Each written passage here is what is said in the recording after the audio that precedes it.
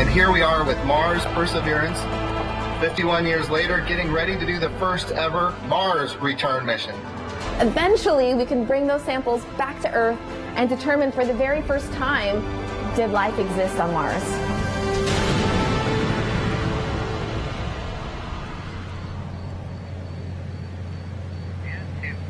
In less than an hour, NASA's 300 million mile journey from 51 years later, getting ready to do the first ever Mars return mission. With the launch of Eventually, we can Atlas V rocket into space, and at the top of that rocket, with a beautiful sunrise and shrouded by that protective fairing, is the Perseverance rover headed to Mars, ready to ride a column of fire and smoke on its way to the red planet.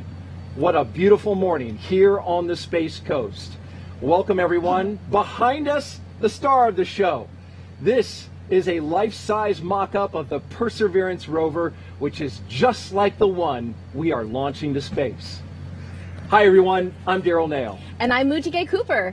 In the 50 minutes leading up to launch, we will show you how this mission will reach and search for ancient microscopic life on Mars and test new technologies critical to the ultimate goal: future human missions to Mars. That's right, and we've got the rocket on the pad and it is ready to go. A beautiful day outside. We're L-47 minutes and counting until launch. So far, the countdown to Mars is on track. We've got great weather, the rocket's looking good, and it puts us on track for a launch at 7:50 a.m. Eastern Time, the beginning of a two-hour window. In today's coverage, we will hear Grammy Award winner Gregory Porter. We'll talk live with Derek Muller of the YouTube channel Veritasium, along with the aerospace engineers, scientists, and a NASA astronaut. Oh, it's going to be a great show. Yes. I love it. I love it. And we have teams from coast to coast, folks, helping us count down to Mars. We will go live to the Atlas Space Flight Operations Center, just a few miles away from us. And we'll go live to California, to the Jet Propulsion Laboratory, where the Mars 2020 mission team is standing by to communicate with Perseverance after it gets to space. And of course, we are here to tell you what the Perseverance mission is all about. It's an exciting day for all of us here. So we want to walk you through what you will see next during the countdown and the rocket launch. So let's send it over to Joshua Santora and Mick Wiltman, who are with the ULA and Launch Services program teams. Gentlemen. Hey, good morning, Daryl. I'm Joshua Santora, and I am here at Atlas Space Flight Operations Center, joined by Mick Wiltman from NASA's Launch Services program. Mick, you excited to go to Mars? I am excited to go to Mars this morning, Josh. This is a great day. The sunrise out there looks awesome on this rocket, and ready for a great launch today. Thanks for having me on the show. Man, happy to have you along, providing a ton of good context as we go through. Before we dive into the story of Perseverance, we want to give you a preview of what's ahead today in the countdown. Things really got going this morning just after midnight, actually, and Atlas V is just about ready to fly. In a few more minutes, we're going to get the final check of the weather, and that weather report should be coming back really positive. It's been great all morning. We have the terminal count ahead after that. We will be proceeding through the last few minutes of the countdown, and then the drama will be at its peak at launch. When the clock strikes 0, the engines ignite, and the spacecraft and rocket take flight. After successfully passing through Max Q just shy of 2 minutes into flight, the solid rocket boosters will be expended and will be jettisoned. Nearly 2 more minutes, and the payload fairing, what you might call the nose cone of the rocket that has been protecting Perseverance, will no longer be needed. It will split in 2 halves and fall away from the accelerating vehicle. 1 minute later, the Atlas booster will have finished its task of lifting Perseverance above Earth's atmosphere and being on the way to orbit. It too will separate, exposing the Centaur RL-10 upper stage engine that will almost immediately begin its first burn that lasts approximately 7 minutes. After coasting for more than 30 minutes, the second burn, lasting around 8 minutes, will take Perseverance out of Earth orbit and into solar orbit on its way to Mars. That sets up spacecraft separation and the final milestone we're hoping to hear this morning, the acquisition of signal. And I say hoping to intentionally because it's quite possible that Perseverance will be in perfect condition, but we won't make contact during the broadcast. So lots more to come, lots ahead. But Daryl, we're going to throw it back over to you now to tell us more about this amazing mission.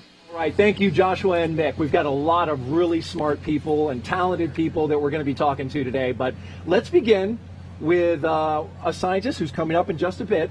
I want to talk a little bit about Mujige Cooper, who's here. She is a planetary protection lead for this mission.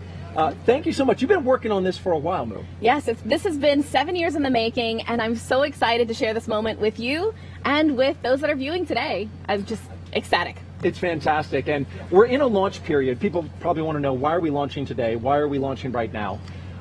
We're in a period that only comes around once every 2 years. Yeah. Explain that. The orbits of Earth and Mars are on the same side of the sun so that we can reach that destination with less fuel. So it's the best time. Short journey, less power. We like that. And we're studying the climate, the geology, and searching for ancient life. But Moo, what kind of life are we talking about here? Well, when we search, we're not going to find dinosaur fossils, right? We're likely, No? unfortunately, likely we're going to find it in the form of microscopic life. We're hoping Ancient to. life. We're Hoping. Yeah, we don't know if it's there, right? Yeah, don't know. Okay, well, that's why we're going. Yes. All right, thank you very much, Moo. And back here on Earth, our friends at Twitter are celebrating Mars 2020 in a very special way we want to let you know about. Check this out. If you tap the like icon on any tweet containing the hashtag countdown to Mars, you'll see an animation brighten up your screen. You can check it out. Also, the like button itself has a special little animation that you can see. Oh, right there in the corner. See that?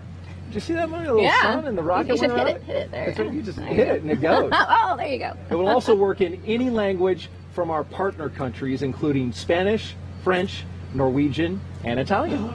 Wow, that is pretty incredible. That's pretty neat. Yeah.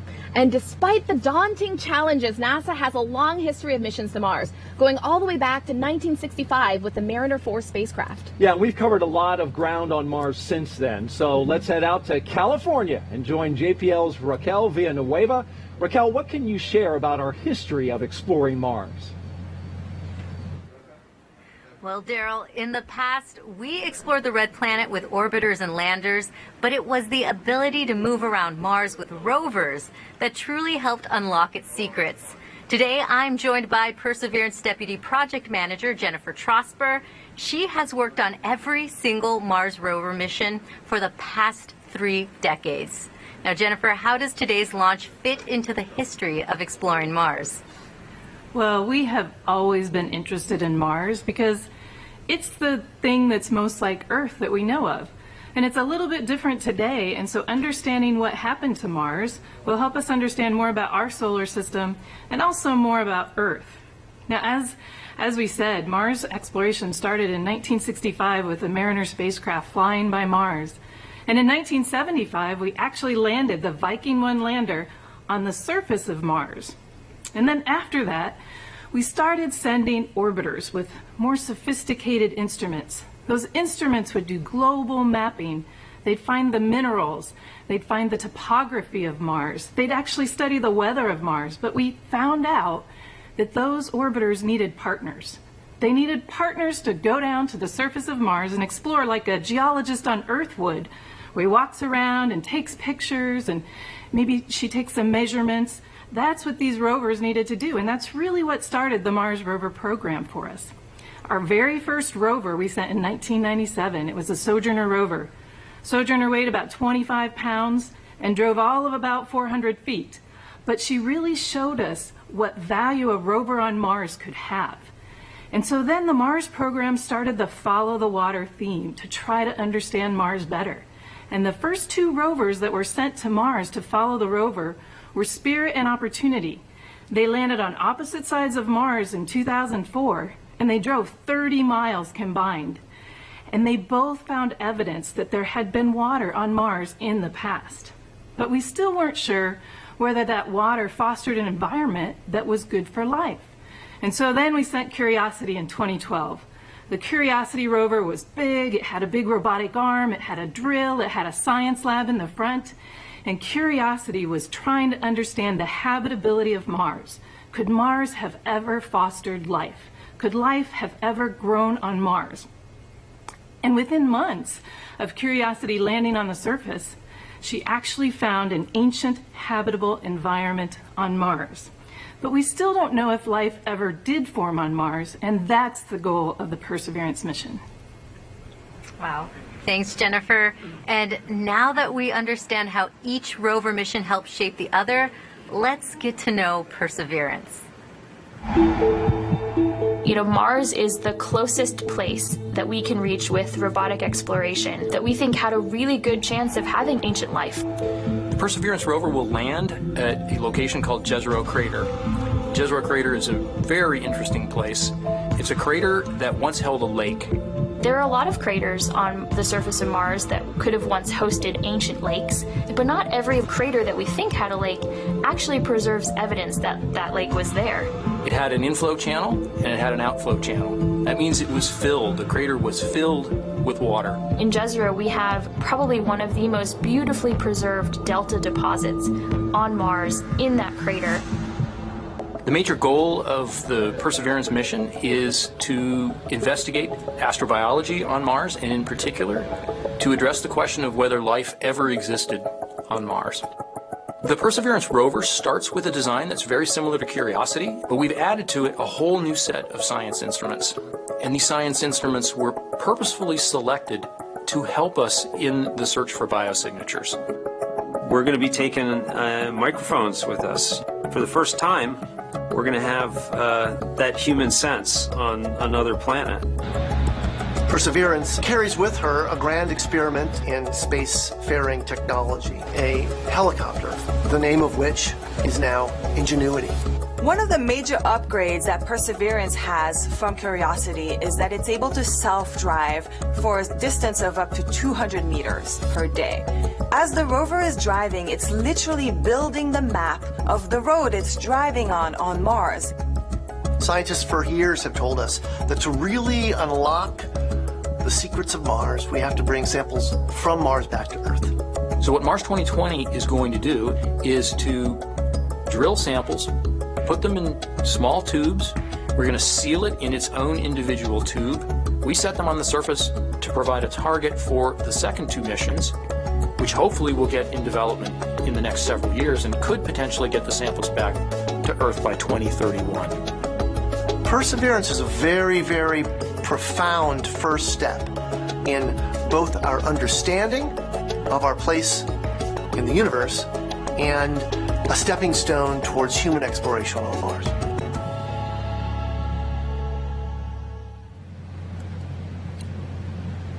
And a great breakdown of the rover there. Welcome back to the Kennedy Space Center in Florida, where our next Mars rover will be propelled into space by an Atlas V rocket. And the man who leads the company tasked with safely getting Perseverance off this planet is Tory Bruno. He is the CEO and president of United Launch Alliance. We appreciate you being here, Tory, this morning. Oh, happy to be here. How is the launch team doing? How are you doing? Well, the launch team is doing great. They've been on station for hours. They're calm, they're confident, they're going through the script. I'm a little nervous, but I always get nervous before all of my 400 launches so far. Wow. You get a little nervous. Why do you get nervous? Well, you know, a rocket is such an incredibly powerful and complex machine. Everything has to go right. Nothing can go wrong. And it's just, it never gets old. It's always the same. It's always exciting. Yes. And this is a particularly exciting mission. Talk a little bit about that. This is the largest and heaviest rover that we've ever sent to the Red Planet. So how did you configure your rocket to do this launch effectively? Yeah, this is our second most powerful Atlas, the 541. We call it the Dominator. It's got 4 giant SRBs, each putting out 350,000 pounds of thrust to augment the center core. And so it has got the power to get out there to Mars, as well as the precision. It's the most accurate rocket in the world, because when we let it go, it's got about 200 million miles to travel on that transfer orbit. And precision is key. That is right, yes.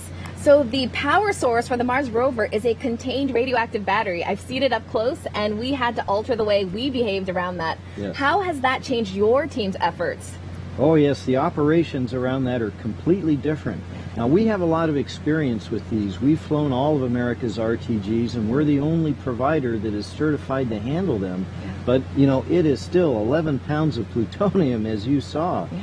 And in this particular case, the one very special thing was to install it in the VIF, where we would normally never breach the containment around the spacecraft, because it has to be clean and biological free. Right. But we created a portable clean room and brought this nuclear battery out and installed it in the machine while keeping everything perfect. Awesome. Can you explain what the VIF is, actually, before I let that go? Yeah, the VIF is the Vertical Integration Facility. So these rockets are so gigantic, we build them in a factory, but we can't assemble them there. Atlas and Perseverance are standing 20 stories proud right now on the pad. So they come to Canaveral in pieces on our rocket ship, and then we assemble them in the Vertical Integration Facility. And normally the last thing would be to bring an encapsulated, under the fairing, perfectly clean and prepared spacecraft and put it on top, which we did, but then we opened it to install the MMRTG battery. Now that came late in the process, and that was intentional. Yes. You mentioned there's a certification for who certifies the rocket?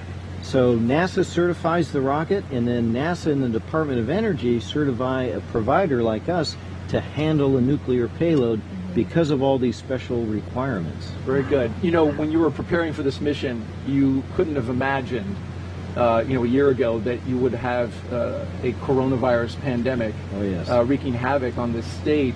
How did you handle that, and how did you overcome it? Yes, well, the one big lesson learned here is you can't buy back time. So when this broke out, our response was early, it was aggressive, and fortunately it was effective. So we did all the things you might be familiar with. We wipe down every surface every hour, we deep clean every evening, we are wearing PPE, we have our teams spread out, we actually change the flow of the work to keep our people safe, but to also keep these vitally important missions going. And of course, I can't say enough about our team. They're so disciplined and so courageous to persevere through all of this, and now to make our third launch under all of these mitigations. I'm just so proud of them.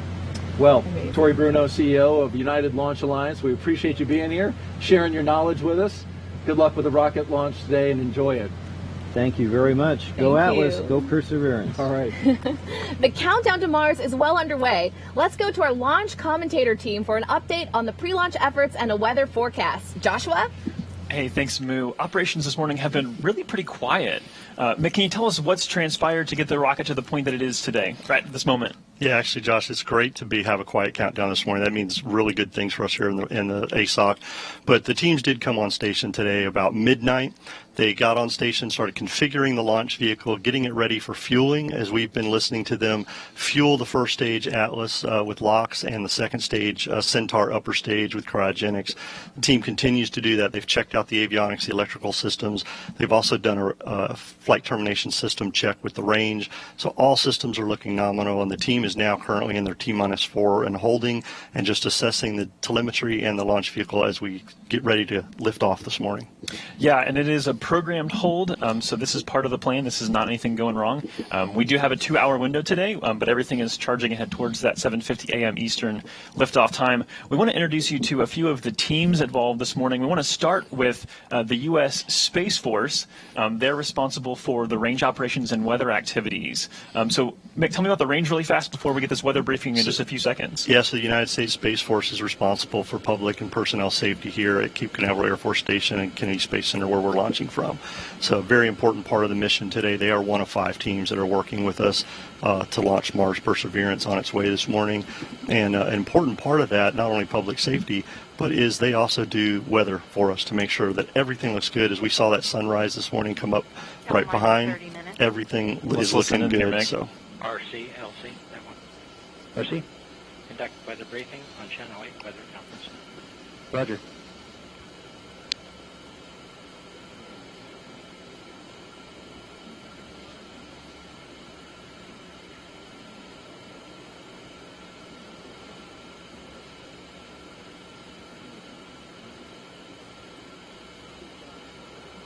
Sorry, we thought we were going to get that for you live, and apparently the audio is on another channel. Forgive us. We should be looking at a visible satellite image. We have now mostly clear skies, a few clouds off to the east over the water.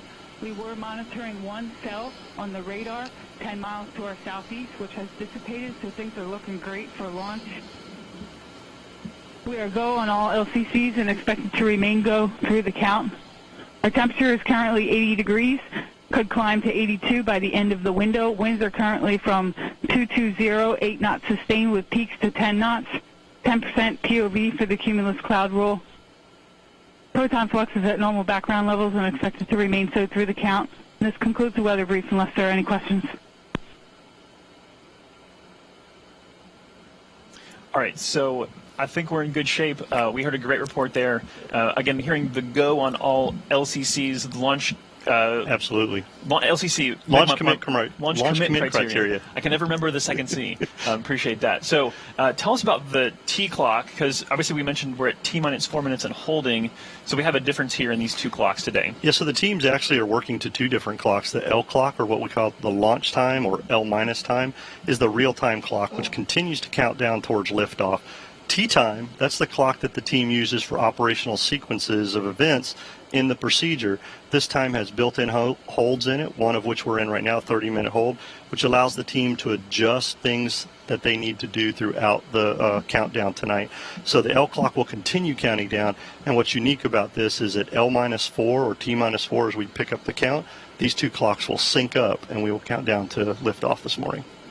One of the things we want to kind of piggyback off of the weather briefing for is to talk about the power source for Perseverance. Perseverance actually has a nuclear battery, which that might be a little bit alarming for people to hear that. It's not a nuclear reactor, it's a nuclear battery, and it's actually something that has been developed by the Department of Energy for this kind of a purpose. It's a multi-mission radioisotope thermoelectric generator, which is a mouthful, but it's an MMRTG. It's roughly the size of a 5-gallon bucket, and it is designed to actually how does this actually produce power for the robot? So it's using nuclear material inside, right, to generate the electricity that's there. Starting off the mission today, it'll be about 110 watts of power that provides the spacecraft as we lift off. And it'll provide power for Mars Perseverance throughout its whole mission life. So that's the unique thing about this battery source that's pretty neat, is that it will continue for the whole time. Yeah. The Atlas V has a perfect launch record, so it's in good shape. So we're not expecting any problems, but if there were a contingency today, we'd want you to stay with us to talk through some of the details, and we'd be providing advisories. We have teams that have been focused on this specifically, and they're working towards making sure that everybody is safe, and our robotic explorers are safe as well. So that's going to do it for now. A great weather briefing. We'll send it back over to you, to Daryl and Moo. Thanks, Joshua. With the countdown to Mars well underway, we want to take a moment to honor our country with the singing of America the Beautiful. We are proud to present to you now two-time Grammy Award-winning singer Gregory Porter.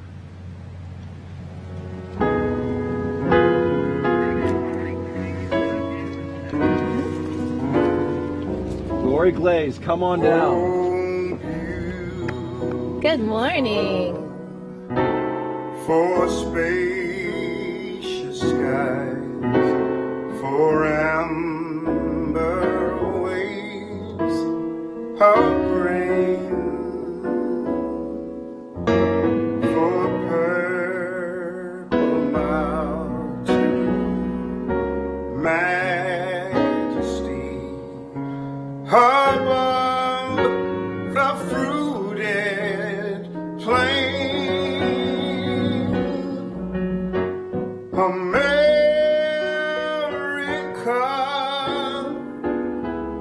America, God shed His grace on thee and crown thy good in brotherhood from sea to shining sea.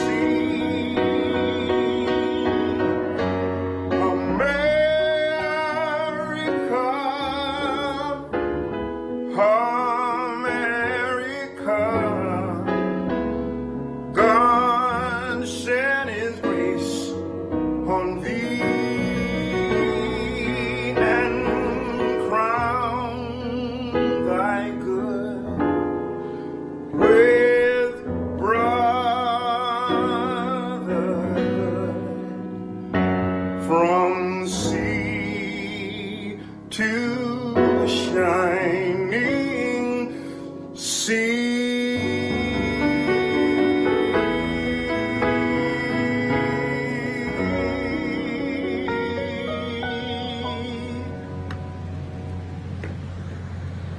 The beautiful baritone voice of Grammy Award-winning singer Gregory Porter. That was outstanding. It was so emotional. Oh, If really I great. could launch the rocket right now after that, see some rockets, red glare, I say it's perfect. Thank you very much, Mr. Porter. We appreciate that. So, Perseverance will seek to unlock many mysteries about Mars, but remote scientific instruments can only go so far.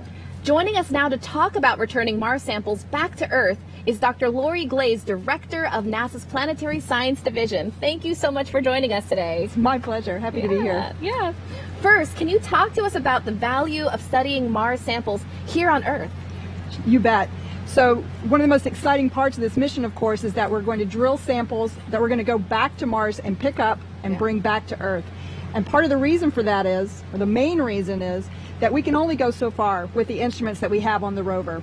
They're wonderful, it's a great suite, but nothing compared to the state-of-the-art instruments in the laboratories around the world. So we really want to get those precious samples back here so that we can do that really in-depth analysis of the samples here. In addition to that, not only do we want to study them now, today, with those state-of-the-art instruments and facilities, we can preserve actually most of the sample for decades, and that will allow us to use future instruments that haven't even been invented yet, or answer questions we haven't even thought of yet. So it's really important to get those samples back here.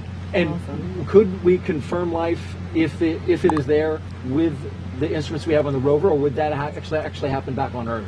I fully expect we won't be able to make that real determination until they're back here on Earth. We expect with the instruments we have on board to be able to detect biosignatures and the types of things that say, yes, this is a sample that may contain evidence of past life in the sample, but I think it'll be very difficult to confirm that until we actually get the samples back here on Earth. Speaking of getting them back here to Earth, the key part of this, how will you do that? That's a great question. We're already starting work on that next mission called Mars Sample Return. We think it's going to launch. We're planning for a launch in 2026. This is a really complex mission. It's going to require 2 launches from Earth and 1 launch from Mars in order to get those samples back here. Wow. We're working really closely with the European Space Agency, our core partners on this mission.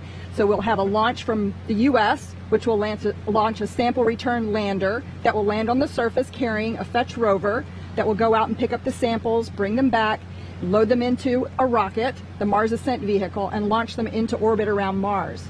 At the same time, when we launched from Earth, the Europeans are also launching an orbiter from Earth that will be in orbit around Mars, and it will capture those samples with that orbiter. We're going to capture them, and then it will make its return trip back to Earth, release them, and they'll come down and land in the Utah desert, where we will then safely carry them and put them in the curation facility. Wow, what a process. Awesome. Yeah. That is so amazing. Thank you so much, Lori, for joining us today. We appreciate your time. pleasure. Enjoy the launch. Get a I'm view. gonna. Yeah, go Perseverance, go Ingenuity. Awesome. Thank you, Lori. Well, in the early 1900s, the Wright brothers proved powered flight was possible on Earth. Now, NASA plans to test a powered flight on Mars with an ingenious helicopter. So, let's get back out to California now, and Raquel, the Martian atmosphere is 99% less dense than here on Earth, so this is no easy task to fly on Mars. It is, Daryl. Now, hitching a ride on the Perseverance rover is an exciting technology demonstration. The Mars Ingenuity helicopter. Now, if successful, it would mark the first time humans have taken powered flight on another planet. Ingenuity's project manager, Mimi Ung, joins us now to talk about the set of milestones Ingenuity needs to hit in order to take flight on Mars. Hi, by the way, we just had an earthquake in this room. But anyway, with that, Mars Helicopter Tech Demo is motivated by the potential of adding the aerial dimension to space exploration. In the future, a helicopter can serve as a scout for rovers and astronauts. A helicopter can get us to places of high scientific interest that cannot be reached today. It's not easy to build a rotorcraft for flight at Mars. The atmosphere there is very thin, about 1% compared to that at Earth. So a helicopter for Mars has to be very light and have a rotor system that can spin very fast. Behind me is the full-scale model of Mars Helicopter Ingenuity. It's very light, 1.8 kilograms, about 4 pounds. It's capable of flying through the thin atmosphere of Mars and is capable of surviving and operating autonomously. There is a set of milestones between now and Ingenuity's first flight. The very first one is when we turn on the helicopter and the base station to check their health. First time operating in true space environment. The next major milestone will be when Perseverance rover deploys Ingenuity helicopter to the surface. The deployment will also mark the first moment the helicopter starts to work on its own in a standalone manner. It will never return to the rover. And the first major milestone then will be the helicopter surviving the first cold Martian night, about minus 90 degrees Celsius. And we've designed the helicopter to keep itself warm.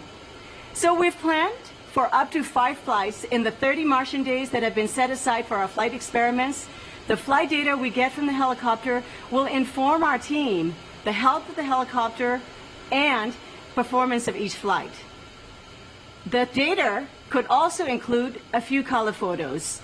First ever photos of Martian terrain taken from aerial vantage. That would be true icing on our cake. Cake, Mimi, thank you. And you're right, we did have a little bit of a shakeup, but everything seems to be okay right here so far. And we look forward to Ingenuity's first flight. And with that, let's head back to KSC as we continue the countdown to Mars. All right, thank you, Raquel. When the name Perseverance was chosen for the rover, our country was in the early stages of the COVID-19 pandemic. Now, the name is also a fitting description of what NASA teams needed to get this rover to the pad on time. Joining us now is NASA Administrator Jim Bridenstine. Thank you very much for being here, Jim. Perseverance is meaning a lot, and that includes recently a 3.9 earthquake that we have reports of in California. Yeah. We just saw our own Mimi Ung. She said things were rattling there. So we are persevering a lot. Good thing we're not launching from Vandenberg today. You're absolutely right about that. Things looking good here in Florida. I want to ask you, why did you choose to move NASA forward on this launch in the midst of a global pandemic? Oh, well, there's a number of reasons, but I think the biggest thing is, the public wants to see the United States of America and our international partners do stunning things. And we have a history of doing amazing things in the most challenging times, and this is no different. So look, here's the other challenging thing with Mars in general. We can only go to Mars once every 26 months when literally the planets are aligned. And if we miss this launch window, it would cost us $500 million to store this vehicle for the next 2 years. And so there's a lot of reasons to go forward. Some of it is, financial, the NASA budget, and then the other big reason is Americans want to see us continue to do big things. I want to be really clear though. We have made sure that all along this process, if somebody didn't feel comfortable working on this project, they had the option to not work on this project. And I will tell you, we didn't find that very often, if at all. Mm-hmm. I will also say that our highest priority was the safety of our people, and we wanted them to know that if they come to work, they're going to be safer at work than they would be if they stayed at home. And of course the personal protective equipment, the social distancing, the changing of schedules in order to minimize people working on the vehicle at one time. All of these things were put into place as protective measures. But it is true, the name Perseverance, which was given to this robot by Alex Mather, who's a 7th grader in Virginia. Mm-hmm. This is all about perseverance. And going to Mars, as you said, going to Mars is all about persevering in general. Doing it now is more persevering than ever before. Real quick, we've got a launch, of course, counting down. How are you feeling?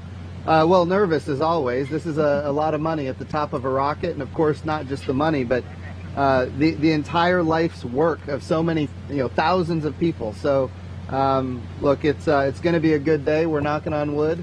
Right. But it's going to be a good day for NASA. Thank you very much for being here, Jim. Appreciate Always. your leadership. Thank you. You bet. All right. Thank you so much. We are now at L-14 minutes and counting. Let's check back in with Joshua and Mick to get an update on preparations to launch the rocket. Joshua, there's an important poll by the Launch Services Program happening soon, right?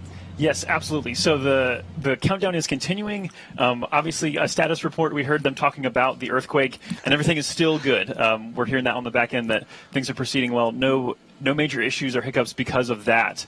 Everything going well. The savvy viewers out there will notice the clocks in motion, 2 clocks actually. The countdown clock there behind Daryl and Moo is at 4 minutes and holding, at T minus 4 minutes and holding. But the clock on your screen now is the L clock, and that is continuing to count down towards that 7:50 a.m. liftoff time. Yeah, that's exactly right, Josh. As we talked earlier, the L time is the real-time clock that continues to count down to 0. At T minus 4 and counting, the 2 clocks, the T clock and the L clock, will sync up as the team continues to work their operational sequence events and the procedure. So the team is very focused this morning. As you already mentioned, the earthquake that was brought up, the team has assessed that and looked at it, and they're doing a great job and getting us to 0 this morning. So we mentioned the U.S. Space Force as one of the 5 teams earlier, and next up we have the NASA Launch Services Program team responsible for managing the launch, and we're going to hear a poll here from the NASA launch manager himself, Omar Baez. He's going to poll his team for their readiness to be able to report out in just a few minutes. So he's very punctual, so this should be coming right on time here in just a few seconds. Let's listen in now. This is the NLM on the NLM net. Currently working, no issues on the Ranger or the launch vehicle. Weather is green, 10% chance of violation, and winds aloft look good for the entire window.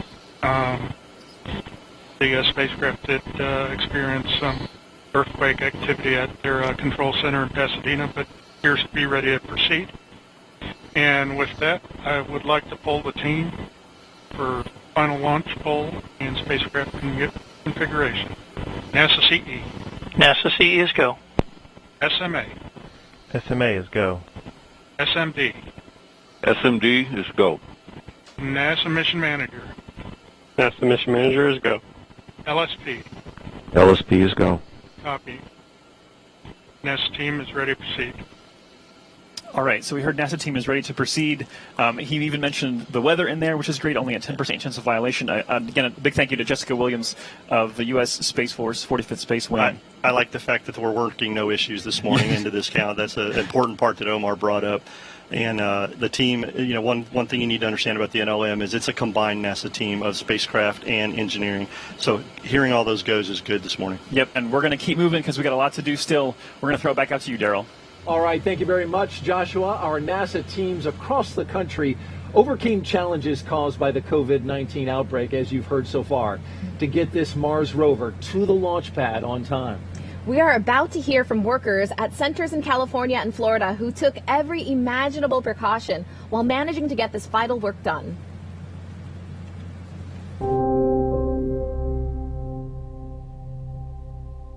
When I saw the country shutting down, I thought for sure there is no way we're going to be able to continue this. It's something that nobody expected. It's something nobody could plan for. Rather than your first priority being mission success and getting to the launch pad, your first priority immediately gets displaced, and it's now the safety of the people. I was seriously thinking Mars would be Mars 2022.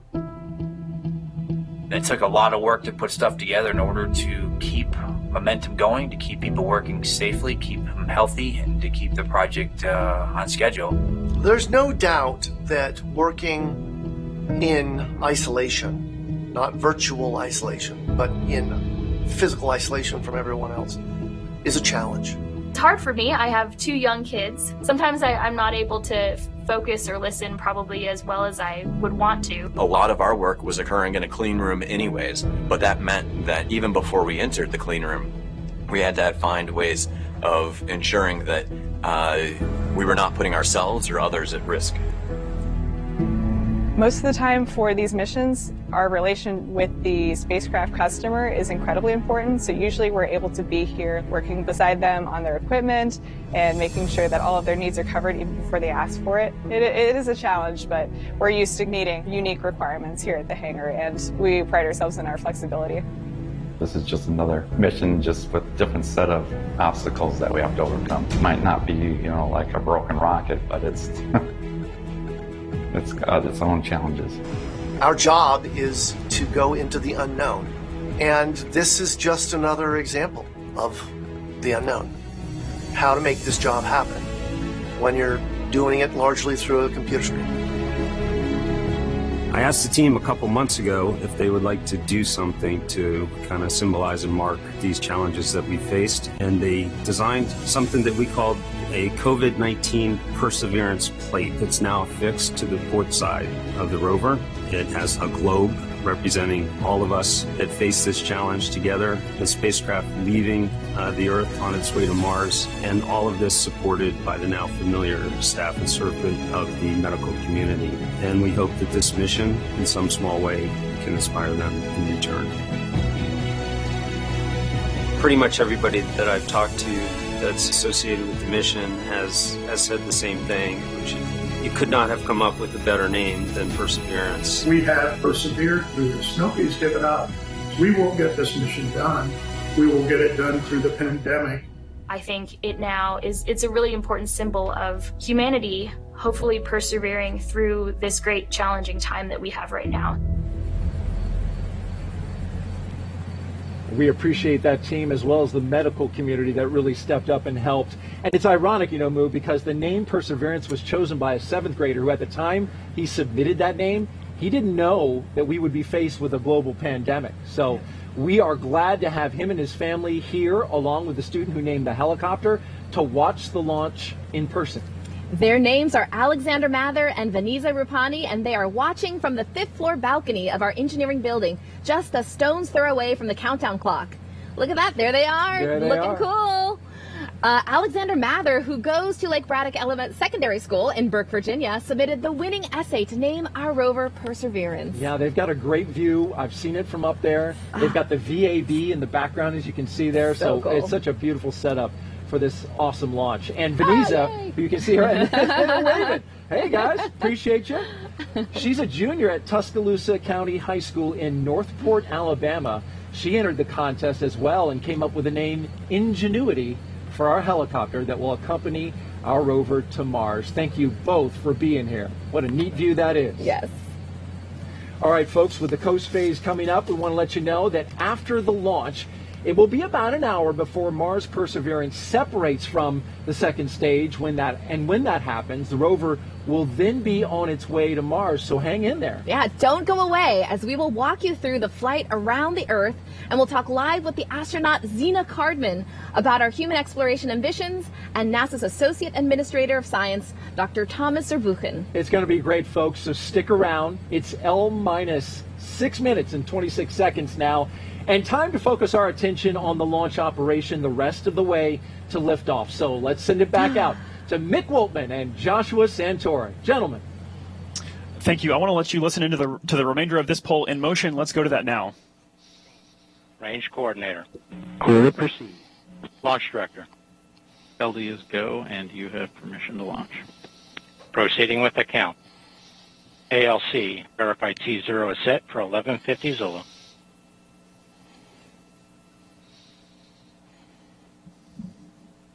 So 11:50 Zulu. That is 7:50 a.m. Eastern time. So that time is correct. As I'm watching Josh do the calculations on his finger there. Get my abacus out. No. So there's a lot to come ahead. One of the things coming up in just a few seconds. 5 minutes, 30 seconds. OS, NSC. Go, NSC. Spacecraft on internal power and timer set for T0 of 1150 Zulu. Roger. OS, start list data capture. Roger. Fantastic. All steps are complete prior to terminal count. LC switch is ready. Awesome. So things are really starting to pick up here. You're going to hear more and more chatter on those nets there. That call was to say that Perseverance is powered and ready to go, which is a phenomenal call. Yeah, a couple things happened during that time, right? Launch conductor, ULA's launch conductor, Scott Barney, pulled the whole ULA team. They were all go. We got to hear the third of our 5 teams. The third of our 5 teams. We got to hear the end of that where the range was clear to proceed, and ULA's launch director, Bill Cullen, gave the authority to go for launch this morning at 7:50 a.m. Then we got to hear from the JPL spacecraft team that they are the fourth team that they are on internal power, and timers are set. They are targeting a liftoff of 7:50 a.m. this morning. So all things are looking good for us, Joshua, this morning. It's so, we talk about being nervous and excited. This is right here where we're nervous and excited. Yes. There are a lot of things happening as we get ready to count down to the liftoff this morning. We have about 15 seconds left in this hold before we pick up the count. Yeah, we're going to listen into that. The fifth team, the one we haven't mentioned yet, is the Department of Energy, who is responsible for the MMRTG, the power source for Perseverance. 3, 2, 1, mark. Awesome. So this is now the terminal countdown. This is that time when things become more and more automated over the next few minutes, and the energy's building, but the focus is increasing exponentially. Yeah, as Tori said during his interview, you know, the teams are very disciplined, very focused on what they're doing, the operational sequence of events that they're following. They are making sure everything happens, especially in this T-4 and counting period, because there's a lot of things they have to do. They have to finish topping the vehicle, make sure that all the tanks, first stage, second stage on Centaur, are at flight pressures and full of fuel, ready to go for this morning. They have to make sure the FTS system is armed and ready for personnel safety just in case, so that the range can do that. They have to check the electrical and avionics systems. They have to make sure that the flight computer has all the information it needs to place Mars 2020 into the orbit it has to. So a lot of things going on. Exciting time for the team right now, but again, staying focused and following that procedure they've got. 3 minutes. As we look ahead to post-liftoff, I want to kind of preview for you what's going to happen, because there's going to be a lot going on. You're not going to hear much from us. You'll actually be hearing from the ULA flight commentator, Jesse Gonzalez. He'll be kind of giving those calls past liftoff that will walk us through maximum dynamic pressure and into SRB separation, and then into fairing separation, booster separation, and then the first main engine ignition of the Centaur, yes. RL-10. And so then you'll kind of hear us jump back in and help provide some more context to what's going on. We encourage you to stay with us for the rest of the show, though. There's a ton more content we have to bring you, and we are far from over. I want to emphasize that the countdown to Mars is not done at 0 today. The countdown to Mars ends in February, when Mars 2020 safely delivers Perseverance and Ingenuity to the surface of the red planet. So we're going to let you listen in now and enjoy the last couple minutes of the process of launching a rocket.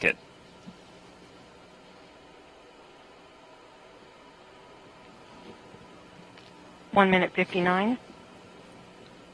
Vehicle internal. 1 minute 55. Launch sequencer start. 1 minute 50. Securing Centaur LH2. Securing Centaur LO2. So there we heard the fueling is 1 wrapping minute up. 40. Yep, fueling is wrapping Launch up. enabled. Team is gone. Launch enable's 137. done. Launch conductor sequence is ready to go.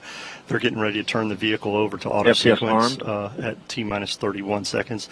So that's a big thing that they're getting done here. At T-minus 25 seconds, we will hear the team give their final goes that everything is ready and the 1 minute launch 20. vehicle is ready to lift off and perform this mission. SCS count started. 1 minute 15. Produce ACS for launch. Roger. 1 minute 10. Then valves locked.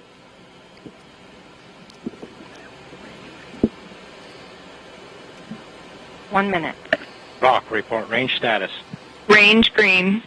That's good to hear, Joshua, right there. Public safety there is accounted for, the FTS system. There you see on your screen a beautiful shot. The skies look great. There's little wind happening. You'd be able to see more of the venting.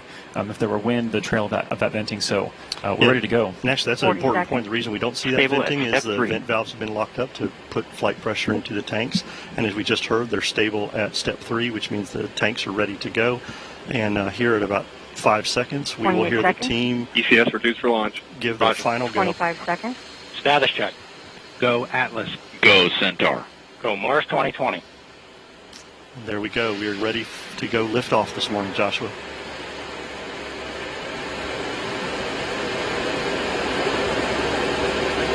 Eight, 7, 6, 5, 4. Engine ignition. 2, 1, 0. And liftoff. As the countdown to Mars continues, the perseverance of humanity launching the next generation of robotic explorers to the red planet.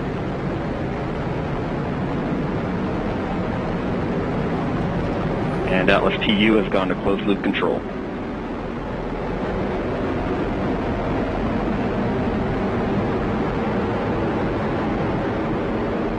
Coming up on 30 seconds into flight, the RD-180 is throttling down as expected. Engine response looks good.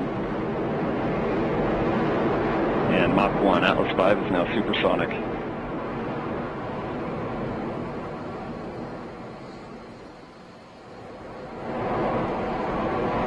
And passing 45 seconds into flight, vehicle is now passing through max Q, maximum dynamic pressure.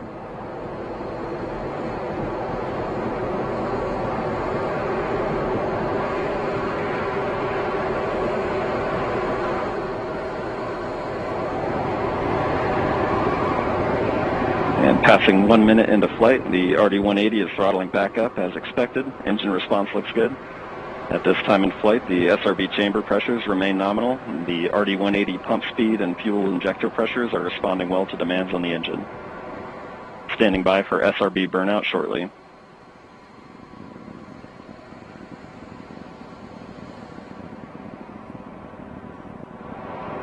And we have burnout on all 4 SRBs. Burnout pressure signatures look good. Standing by for SRB jettison shortly.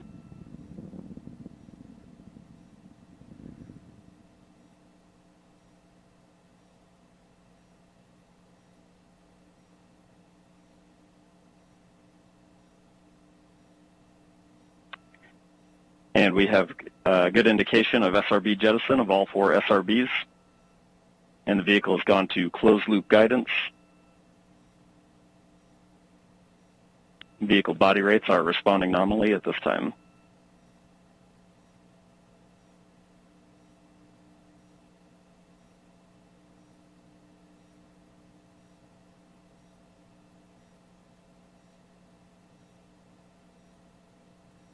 And coming up on 2.5 minutes into flight, the RD-180 is throttled down slightly as expected. Engine response continues to look good.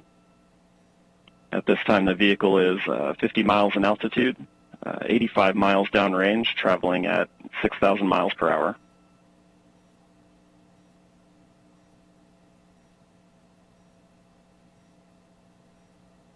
And the Centaur reaction control system is now pressurizing to flight levels.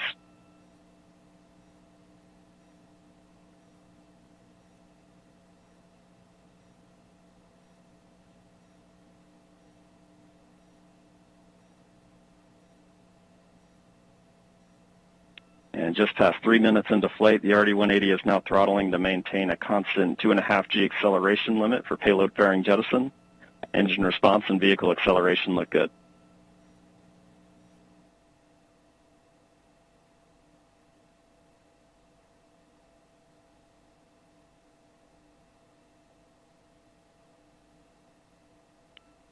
And we have good indication of payload fairing jettison and Centaur forward load reactor deck jettison.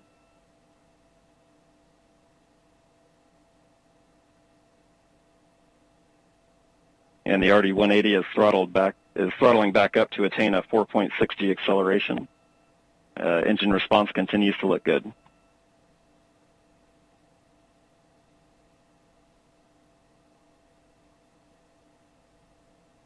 And Centaur has begun the boost phase chill down sequence to thermally condition the RL-10 for operation. Standing by for BECO shortly.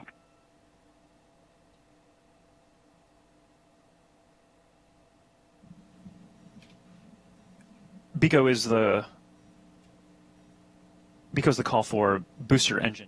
And we have BECO, booster engine cutoff, standing by for stage separation.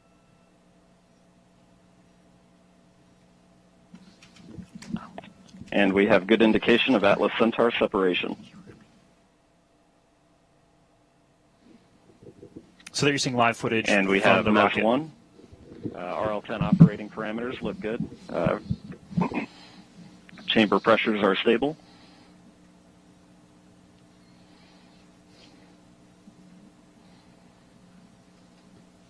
This will be the first of 2 burns for today's mission. This first burn will be approximately 7 minutes in length.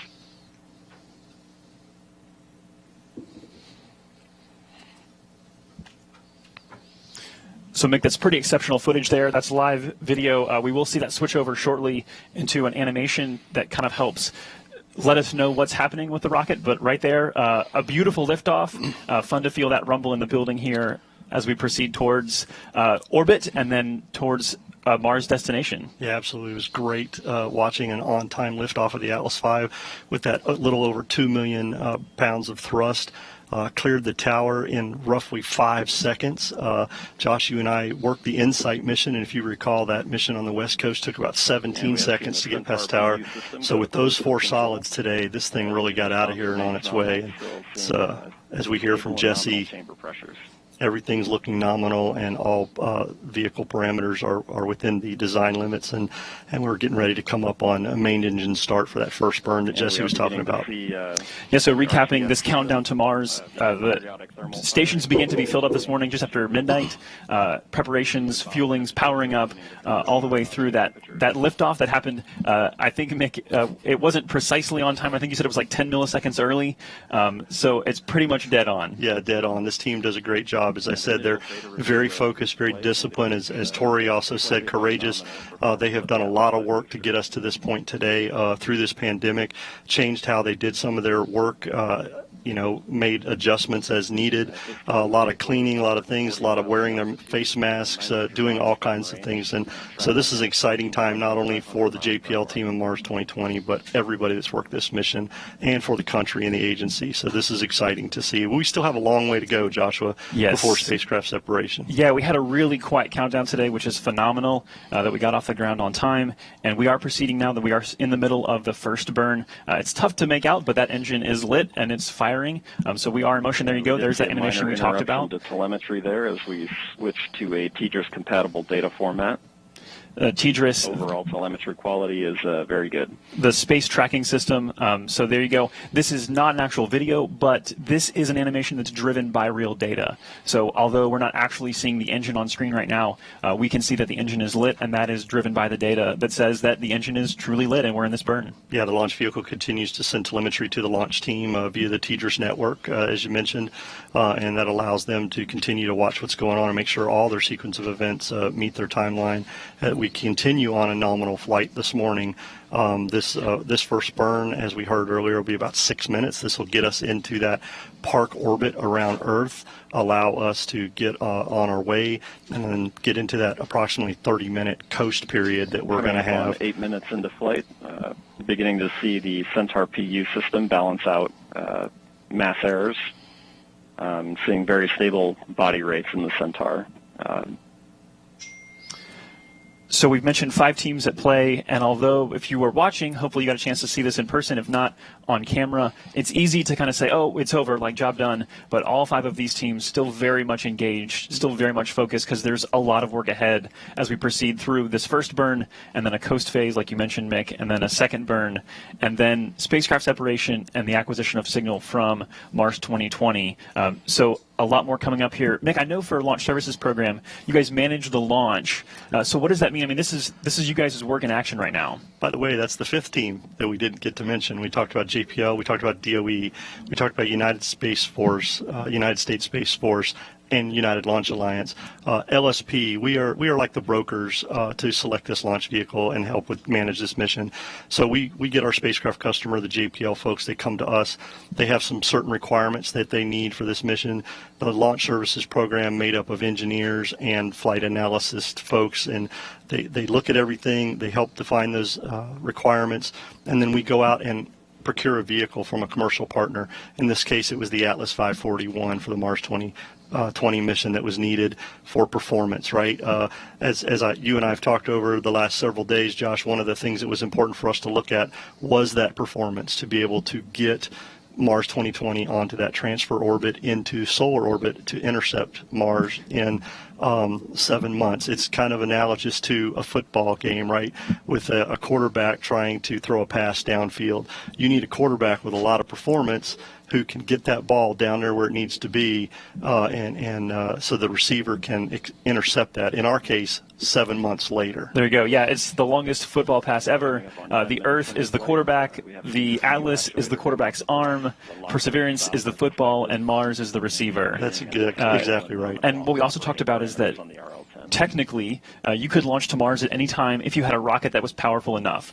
But this is the launch period every 26 months or so, as we've talked about, that makes the most sense because you require the least amount of energy to get to Mars, because it takes a lot to get there. Obviously, like the Atlas, 541 is a workhorse. Yeah, as Tori said, it's their Dominator. Right? There you go. I love that name for the Atlas 541. But we heard Jim Bridenstine, our NASA administrator, tell us that if we didn't make this launch period, we would be down for roughly 26 months. It's right? tough. So the period started July 17th and goes to August 15th.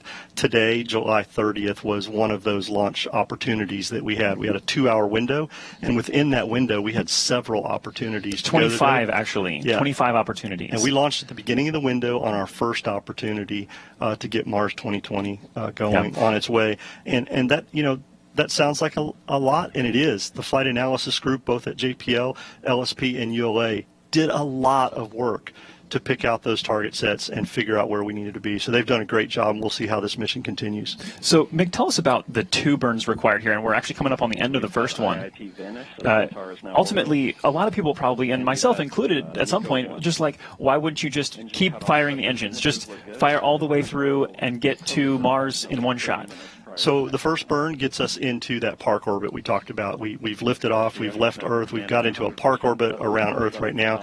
And while we're in that park orbit, we will perform some maneuvers to kind of roll Mars Perseverance and the Centaur and coast during that time, basically setting itself up looking at the sun and away from the sun to control the thermal environments that are on Mars 2020 during this coast period. That coast period will allow us to coast around into the position that we need so that we can have that second firing to get the velocity needed to head off into Mars. Yes, and we will be back for that second burn in just under 30 minutes now. But for now, there's more to learn about this mission and all the amazing science that's involved. Daryl, back to you.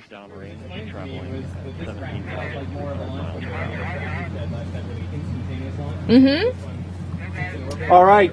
Thank you very much. Great launch and great job, guys. Back outside now to recap. An Atlas V rocket carrying Mars Perseverance rover launched on time from the Cape Canaveral Air Force Station at 7:50 a.m. Eastern Daylight Time. Incredible. After the rocket took flight, it separated from the first stage and was then boosted into orbit by the Centaur's second stage.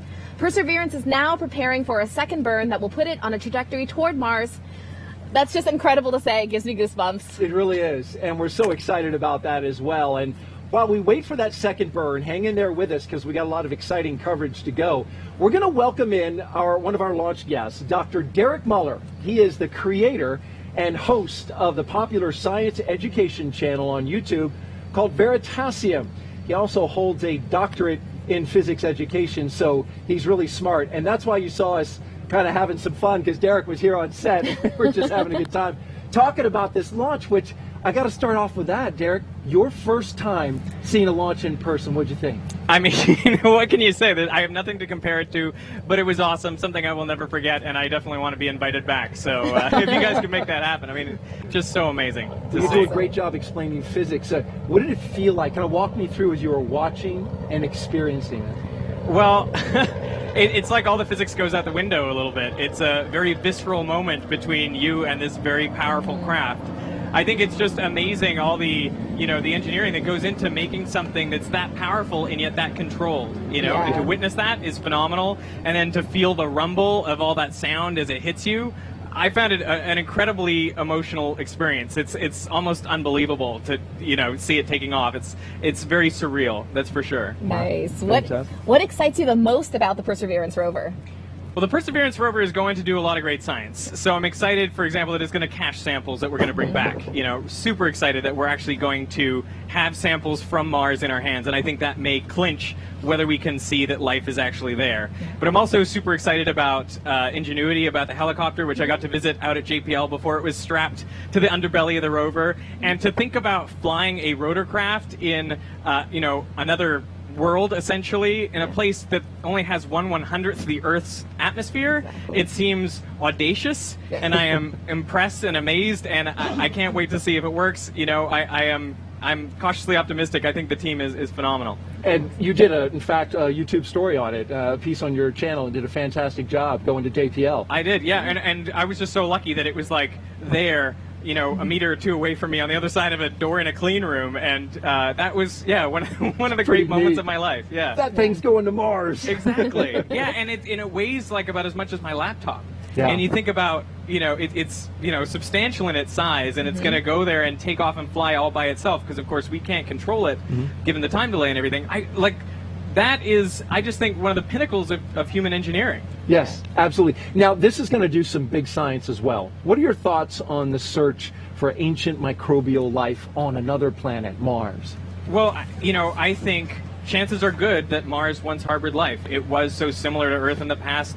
One can only expect, life probably sprung up there as well.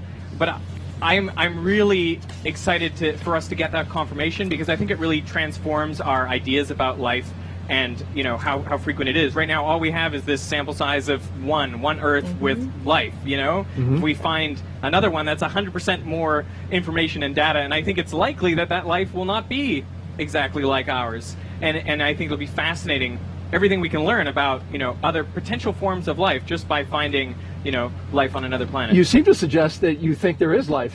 I do. I mean, you have liquid water for, I don't know how many, half a billion or a billion years. On Earth, that was enough to create life. So, the guess is that's not a unique thing, right? I mean, the scientific hypothesis is you run that enough times, it's bound to lead to life again in other circumstances. Dr. Derek Muller, we really appreciate you being here, YouTube creator with the channel Veritasium.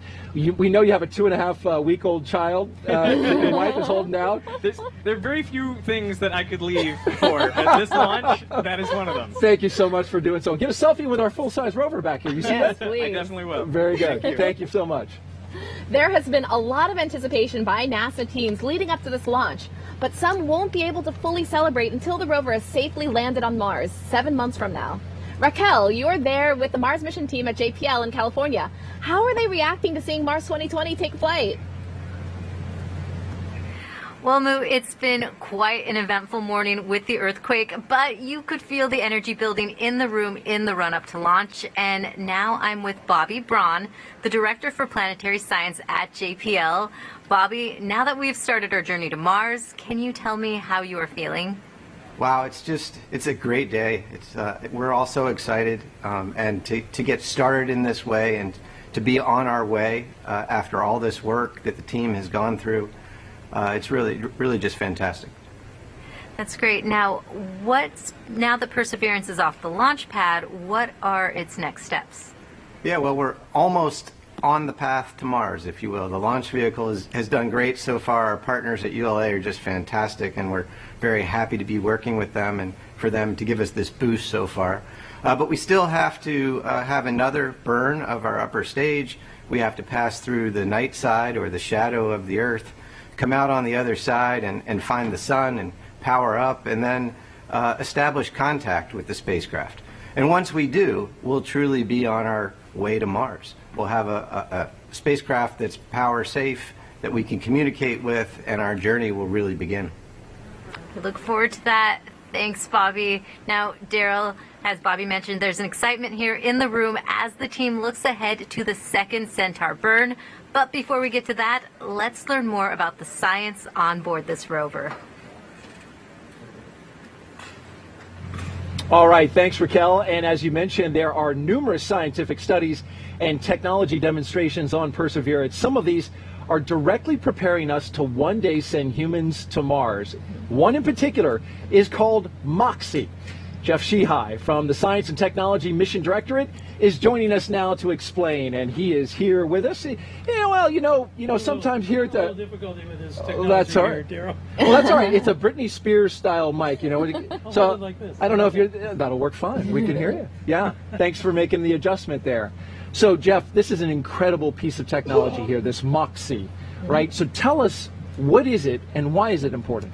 Well, MOXIE stands for Mars Oxygen In Situ Resource Utilization Experiment. That's kind of a mouthful, so we grab a few letters out of there and just call it MOXIE. And I think the name MOXIE has a certain kind of attitude that's appropriate for this ambitious mission to Mars. But what in situ resource utilization is utilizing the resources that we find at a destination to produce useful commodities.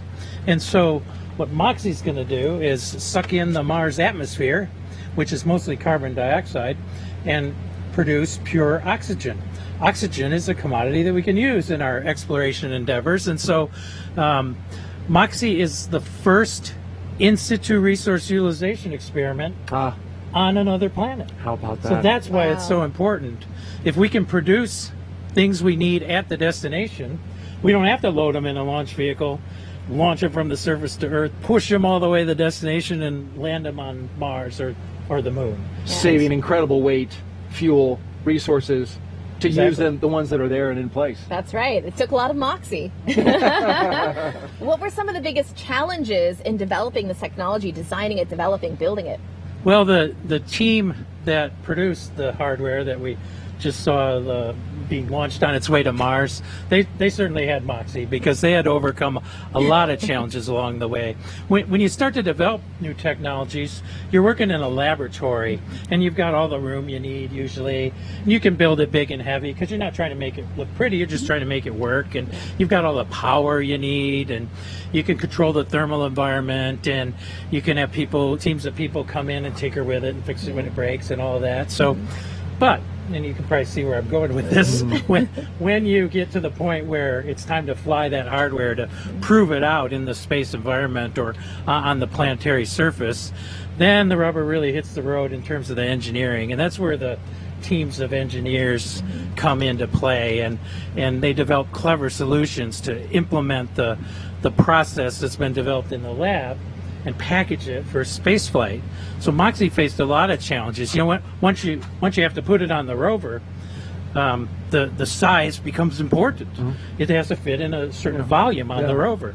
The amount of weight or the mass becomes really important. Every ounce you launch into space takes propellant to move it. So we want to make MOXIE as light as possible. Had to fit within a certain mass budget, or they would have kicked it off the rover. And we're glad you made it on the rover. Yes. And just real quick, and without getting too deep into the technical details, how does it convert carbon dioxide to oxygen? So MOXIE uses a thermal and electrochemical process. There's a compressor that was built by a company called Air Squared. Some of that was funded under the NASA Small Business Innovative Research Program, actually. And they built the compressor. What it does is acquire the carbon dioxide from the Mars atmosphere and push it into the electrolysis system. A company called Ceramatech, a team led by a guy named Joe Hartvigsen. They're now called Oxyon Energy, I think. But they built the guts of MOXIE, which is the solid oxide electrolysis system that takes the carbon dioxide, CO2, actually pulls an atom of oxygen off the CO2, leaving CO. Oh, wow. And then those atoms migrate through the electrolysis system, and those oxygen ions are neutralized, and then they recombine. An O and an O becomes O2. And so we get pure oxygen out of the system. That's fantastic. And so in order for you to get MOXIE on board the rover, actually you had to kind of clear through the very smart lady to my left. She's with Planetary Protection, so she actually had to clean off part of it. Right? Yeah. You had to heat it and then clean the That's O2 right. sensor. Yeah, the SOx part was actually self-sterilizing. It was hot enough so it cleaned itself. But there's a part, the O2 sensors, that needed vapor hydrogen peroxide sterilization. So it was the first time we used hydrogen peroxide on flight hardware. Oh, that's awesome. Yeah. Yeah. So you can say thank you. Thank you. Thank you. No, thank you. Appreciate it very Thanks much. for letting us do that. Well, you know, in speaking about the rover, Moo, what is it? You know, Curiosity told us that we have, or had at one time on Mars, moving water. That's so, right. so what is Perseverance going to do in terms of confirming whether life could have been there? Yeah, exactly. So the past missions set up the stage as far as understanding what could sustain life, and now we're actually looking for signatures of that life. And so some of the answers that you're looking for, which one are you personally looking most forward to? Yeah, I'm personally looking forward to seeing signs of life where no one will argue that it has a biotic source.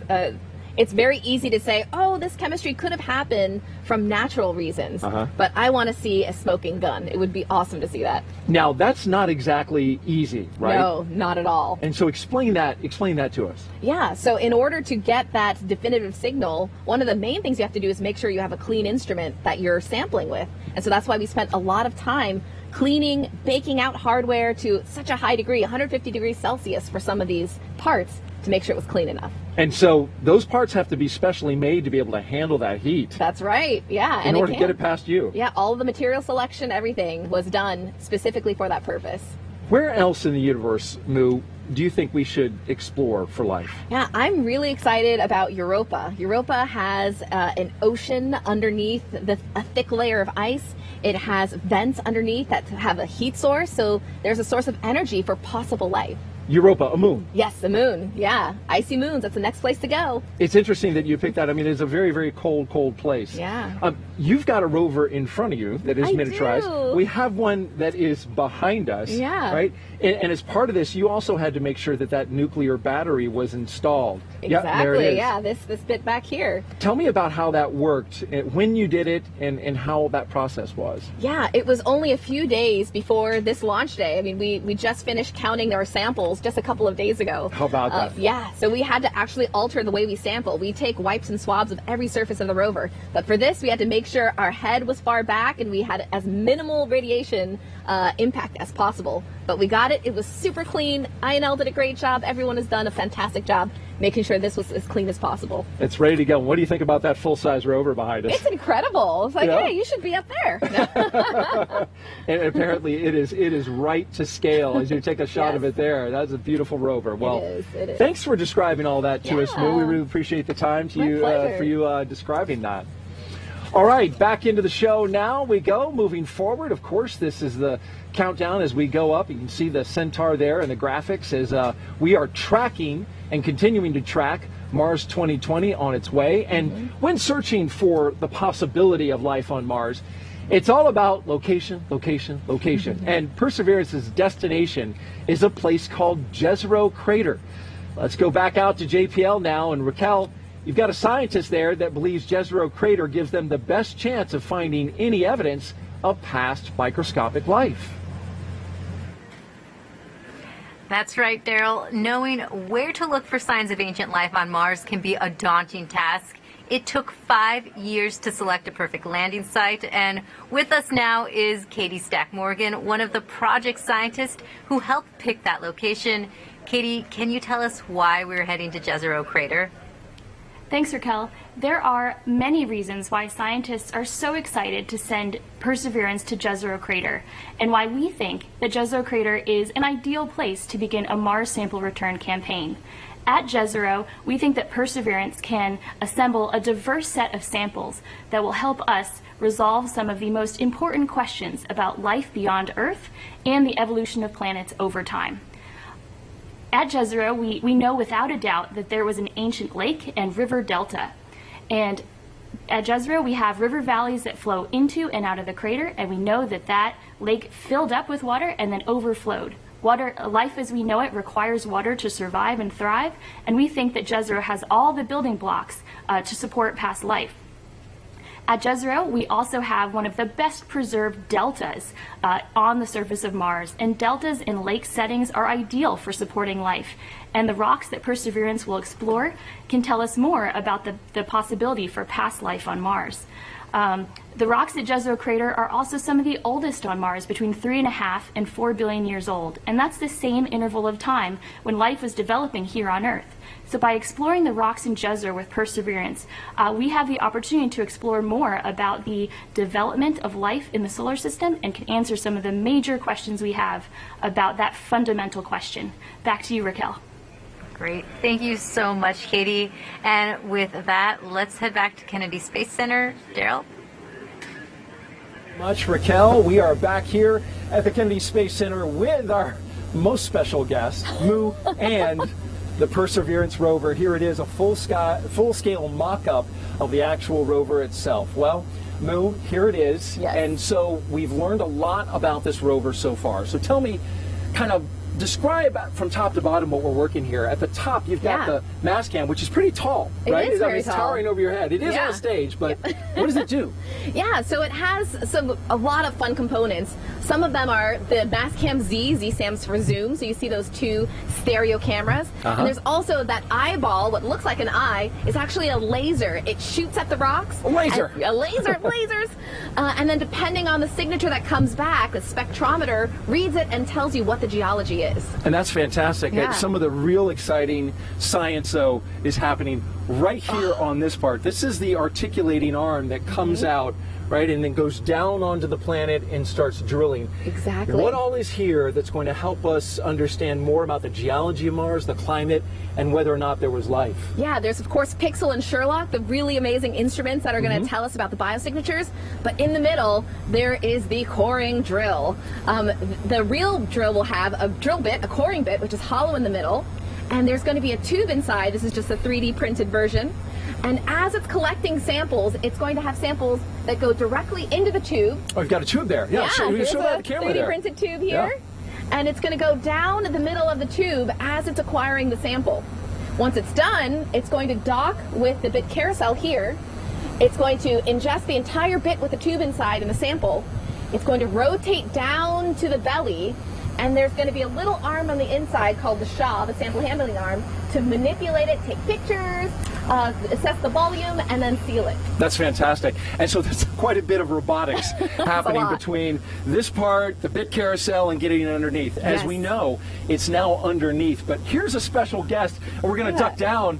This is the Mars helicopter. Yes, Ingenuity. Moo, this thing is going to be actually tucked up underneath the Rover. It was a late addition to this project, but it's probably one of the neatest things on it. It is pretty amazing. 2,400 RPM that these blades are going to spin in counter directions. Yeah. It's a little bit under 4 pounds. It's super light. And yeah, it's going to be the first rotorcraft flight on the surface of Mars. It's spectacular.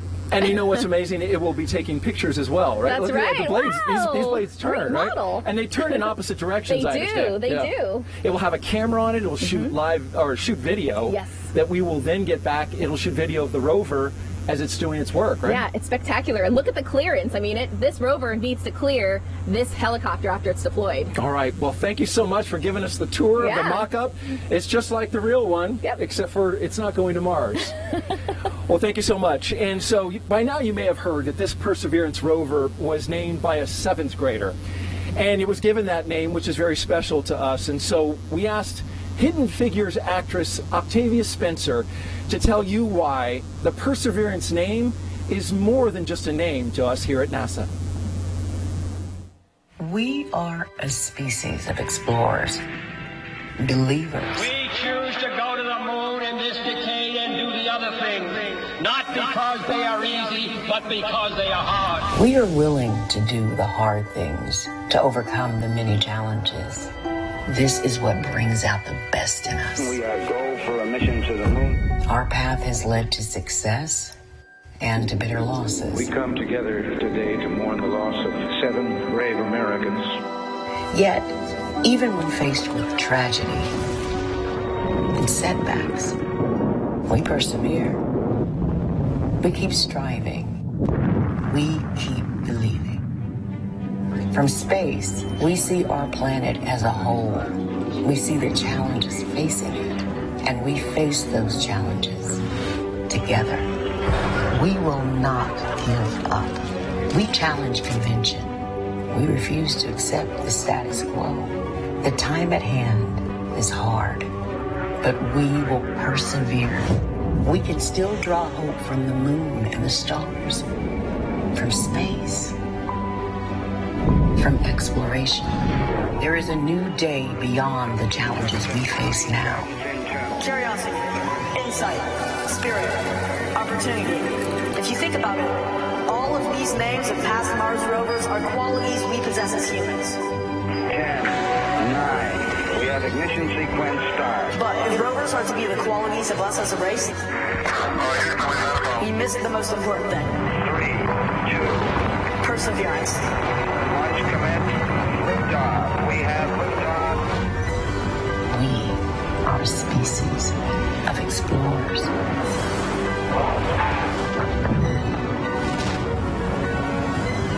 will meet many obstacles on our way to Mars. But as humans, will not give up. We will always persevere.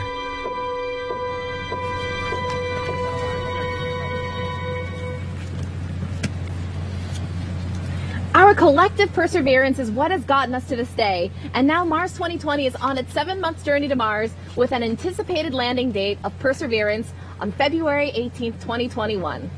Now we are joined by Dr. Thomas Zurbuchen, Associate Administrator for Science at NASA. Dr. Z, thank you so much for coming over here. God, I'm so glad I'm here, and I'm so relieved. You know, we have a space mission, and we're in touch with the spacecraft, you know, and everything is nominal. We're waiting, of course, for the second burn, but not quite there, but we're really close. Yes. So can you tell us what makes going to Mars incredibly hard?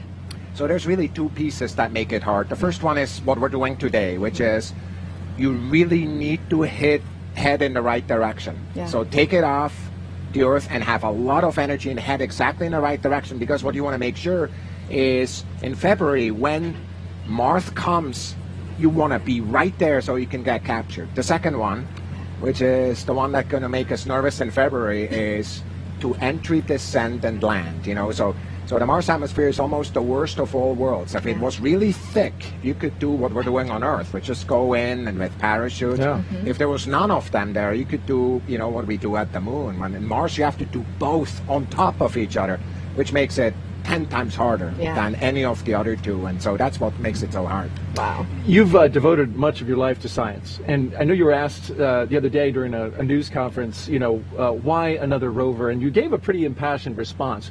Why is this rover important in your mind to the work that so many people are doing in science? So it's really kind of a key of a whole bunch of new research that we're doing that is focused on a question that for thousands of years philosophers have asked, scientists have asked, and we're ready to answer with the tools of science, which is the way to get reliable answers. And that is there life out there? We have, for 20 years, we've learned about the environment at Mars, and we're ready to ask that now. And the way we're doing it is with this rover. So it's really, for the first time in decades, the first astrobiology mission. We're ready for it. It's the next step, and of course there's others coming. You know, Dragonfly. Yeah. We're already thinking about, and you know, other missions. We want to, of course, go to Enceladus in Europa, you know, and really learn about life there also. So it's an amazing first in that respect. And whether there's life there or not, that's going to be the answer that we're looking for in these places. So yeah, exactly. Yeah, and so we want to do a social media question real quick, if that's all right with you. Oh, absolutely. All right. We have a question from Twitter. What is the key difference between previous NASA missions, rover missions, to Mars, like Spirit, Opportunity, Curiosity, and Perseverance rover? In what way is Perseverance unique from the previous ones? So there's a fundamental difference in the approach. And the fundamental difference is that we decided to put the instruments on Perseverance, the best geology instruments on this, so we can find the right samples. And we decided not to put a chemistry lab on it. Guess why? We don't know which one yet. And so what we're doing is we're actually collecting the samples that we're going to bring to the best labs that are available to humanity, which are the labs all over the world. Yes. And that's the choice here. And that's, of course, to do that, we need to do another first, which is humanity's first round trip to another planet. Yes. And that's what makes it different. We've got more with the launch operation to go, but real quick, how'd you feel about that launch? Oh, I loved it. It's like punching a hole in the sky, right? Yeah. It's really getting off the cosmic shore, our Earth, into wading out there into the cosmic ocean. I just love it every time it gets me. All right, awesome. Very good. Dr. Thomas Zurbuchen, thank you for joining us. We appreciate you being here to explain all the science and the excitement that's coming up. Thank you so much. Appreciate it. Now we've talked to scientists and engineers, and we have shared highlights of the mission and tech demonstrations that are central to the Perseverance rover. And folks, we have a lot more to share. Mars Perseverance has been flying in space for more than a half hour now. Let's check back in with Joshua and Mick to recap the flight so far and tell us what's coming up next. Hey, thanks, Moo. Yeah, as you're seeing on screen there, that is, again, the animation of the Centaur in motion around Earth, in orbit around Earth. And you can see there, like I mentioned, the animation being driven by real telemetry data. Mick, how is the report coming back from the first burn and then currently our coast phase? So we're hearing from Jesse Gonzalez and the engineering team is that everything so far has been nominal. Centaur's been performing well. All the settling firings have been going great, which is keeping the fuel that's still in the tank where it needs to be as we get ready to come up on main engine start 2 for that second burn, which is very important to get us our velocity and into that transfer orbit to Mars. Yeah, so that will be up in just a few minutes, but I think we're going to actually send you back out to our main desk to hear. Oh, so sorry, I'm being held. We're going to hang out here. So coming up, so talk about C3, Mick. This is something that we talked about having to do with the energy to leave Earth and go somewhere else. We're talking about having to get to speeds over 25,000 miles per hour. That's Earth's escape velocity. Yeah, so C3 is basically just the technical term that we use in the aerospace industry to refer to the velocity that we need to get the vehicle where it needs to be. So as you said, we got that little over 2 million pounds of thrust that we left Earth this morning with those mighty 4 solids on the Dominator. I still like that from Tori Bruno. Tori, I'm gonna take that one from Tori. But we got off here and into the park orbit with the proper velocity we needed. And then, of course, this second burn is so important for the velocity we need to get in transfer orbit. Awesome. So the Dominator punching a hole in the sky, as Dr. Zurbuchen said. So we will send it back out now to the main desk and be back with you in just a minute to catch that second burn. Daryl? All right. Thank you very much. Thanks so much, Joshua. Joining us now to talk about how special these missions are is Dr. Michael Watkins. He's the director of the Jet Propulsion Laboratory in California, which planned Perseverance's mission to Mars. That is my home center. Thank you for joining us, Dr. Watkins. So, we have so many great questions for you. Why are missions to Mars unique? Well, you know, I think they're unique for 2 ways. And one is just Mars. You know, it's been in our imagination for centuries. You know, it's a place that looks like the Earth. It looks like it could be home to us. It looked like it was once home to to what could have been life. And the fact that we can get there, and we can get there every couple of years, and we can send missions, and we can build on those missions, and you can learn from your mistakes. You can learn from your successes. One of the things I like to joke about is, we say Perseverance looks like Curiosity, but the people who built them are the same. They look even more like each other. And so they, so a lot of our folks worked on Mars Pathfinder, they worked on Spirit, Opportunity, they worked on Curiosity, and now Perseverance. And that, that history, that group of folks, they're just world leaders, and it's why we're successful. So you oversee the Jet Propulsion Laboratory in California and doing incredibly complex work. Why are these robotic missions so hard? They're hard because you can't really see what's going on. You can't use your human responses, right? You're used to driving your car and you see what's happening, and you turn the wheel. In this case, we've got to tell the rover. We've got to prepare the rover to do a lot of that stuff on its own, right?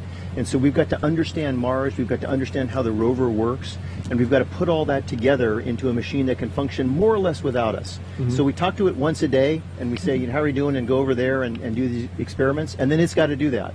So, we kind of give it its intention, but then it's got to do all those activities by itself, and that's a challenge. And the further away from the Earth you get, the harder it is. So you get out to Saturn, you get to Europa, you get beyond, and it becomes harder and harder. Yeah. Real quick, one question to wrap up. You've been in touch with the folks out at JPL.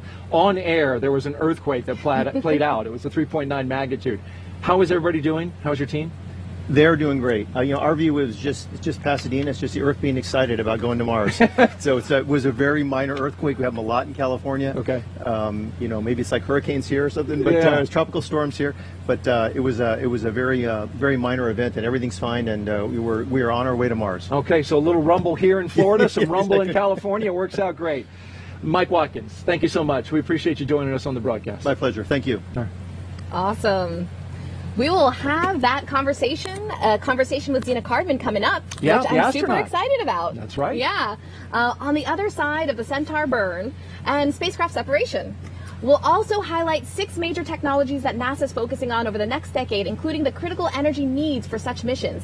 But with that, let's turn our attention to the next operational steps. Joshua, are you there? Yeah, Moo, we're here and we're excited. We have a fuel pre-start call just coming in. We are getting ready to hear the call for this second burn of that Centaur RL-10 engine. Again, Mick, explain what this second burn is for.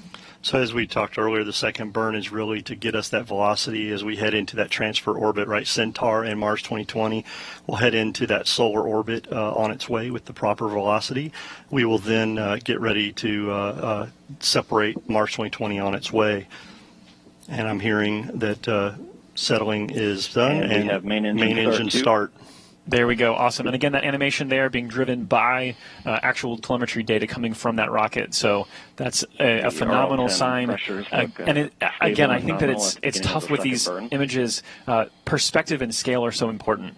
This vehicle is in Earth orbit. It's not near anything, so you can't see the acceleration of what's happening right now. But for 8 minutes, it's going to be picking up speed. Yeah, this is the burn that gets us really moving in the direction we need to go, that fast velocity that we need to get out of our park orbit and head on our way to Mars. Of course, Centaur and Mars 2020 are still together, system is in and closed control as we're hearing, as well. everything is looking nominal on this fire so far. Main engine start was good, and the firing is going well, nominal, as we see in the animation there. Fantastic. So this is rocket science, and it's not easy. We actually want to bring in now, we have a special guest. This is Dr. Denton Gibson, excuse me. Yes. He is a rocket scientist. His official title is Senior Vehicle Systems Engineer. Denton, how are you doing? I'm doing well. Thanks for having me. Yeah, did you enjoy that? Obviously, you got to kind of spectate. A lot of days, you guys sitting on console, you have to kind of focus on your computer, but you got to see this one today. Oh, yes, and it was a beautiful launch today. Yeah, nice sunrise. Hey, tell us about your role with LSP. I was not making up things when I said you're a rocket scientist, but what exactly do you do? So as our role in LSP, as a vehicle system engineer, we are the engineering team lead for a lot of the rockets that we launch our science missions on. And we are responsible for the oversight and insight into these launch vehicles for the NASA. That's awesome. And I know in the past you've supported a variety of vehicles. Tell us a little bit about the vehicles that you have supported and the ones you're focused on today. Yeah, so some of the vehicles I supported in the past is the Delta II, which was a long-time workhorse for our science missions, as well as the Pegasus and Taurus/Minotaur C. And right now I've been focused mainly on the Falcon 9 and Falcon Heavy. Yeah, awesome. So obviously not focused on the Atlas V, but a lot of that experience and the process is the same. I want to take a moment to pause and say Denton's there at Hangar AE. That's the NASA Launch Services Program's hangar. They're very proud of that. We call it the telemetry center of the universe. That's where the data for today is flowing. But I wanted to also ask you, is the process the same for all these vehicles? When we talk about the telemetry and these sort of processes of getting from Earth to Mars, does Falcon 9 experience translate to Atlas, or are they completely separate? So the overall process for many of these launch vehicles are the same, whereas you ship stages to the launch site and assemble the launch vehicles by stages. So in that sense, they're the same, but there's a lot of differences between the launch vehicles that may change that process a little bit. But in general, the processes are the same. Yeah, and Joshua, I was going to say, Denton, I worked with Denton quite a bit over the years, and he talks about the different vehicles he's worked on. But Denton is one of my senior vehicle engineers in LSP, and so although he's not totally supporting Atlas V today, he does have experience with Atlas V, and as he said, things are very similar. So using his experience, we're able to train and bring on new generation of engineers, and Denton's been a huge part of that to allow us to grow our bench, if you will, to start working commercial partners. Yeah, awesome. So Denton, tell us a little bit about kind of what's involved, what goes in behind the scenes, what's the rocket science of going from Earth to Mars, this maneuver to go into solar orbit? Yeah, so a lot of the things that happen behind the scenes it's a lot of analysis work done by our analysis teams. I mean, it's months and months of analyses that are performed based on the orbit insertion, the performance of the launch vehicle. A lot of modeling and simulations is done to be able to get to this point to where we can transfer from Earth orbit into solar orbit. Awesome. And obviously you're a rocket scientist. That's for a lot of people, that's like the pinnacle. That's like, hey, I want to be a rocket scientist. So where do you go from here in your career? Because obviously, I'm sure there's lots of things that you'd like to go and accomplish. So, going from here, I mean, one of the coolest things about this job of working in the launch services program is working the launch, right? I mean, who doesn't love a launch, and who doesn't love working launches? Yeah, we love them. We love them. Excitement this morning, right, Denton? We got to see that's what it's all about. Of course. So, one of the ideal jobs would be a launch director, because you get to work all the launches. I mean, Very how cool good. is that? No, yeah, that's true. And I guess you get to, is it right to say you call the shots, or is it that the buck stops with you, or how would you say that? I'd say the buck stops with the launch manager. As today we talked, right? Omar Baez is our launch manager for Mars 2020, and he had to poll the team and make sure everything's ready to go. So the buck does stop with him right there on today's launch. And as Denton says, I think there's a lot of people that would love that job, and Denton's definitely looking at that next step. So I guess we need to give Omar and his assistant launch manager, Tim Dunn, a heads up. Yeah, there you go. Dr. Gibson. Dr. Gibson is Up on and the coming. way. Yeah. Awesome. Well, Dr. Gibson, before we let you go, give us a real quick snapshot. I know you have a mission coming up later this year. What are you working on? So we're supporting the Crew 1 launch coming up. So we're helping commercial crew out with that one, as well as Sentinel-6 as far as the LSP missions. That's coming up later on this year. And so we're excited about that one. Yeah, a ton going on. Dr. Gibson, appreciate you. Thanks. And I want to take a special moment on the commercial crew note to comment. We've got a big day coming up. Yes. Pending weather. There's a tropical system that might kind of get in the mix here, but we have a tropical system that could create some problems. Otherwise, we've got Bob and Doug from Demo 2. They're coming home on August 2nd. Yes, I was going to say, Joshua, that's important for us also in LSP.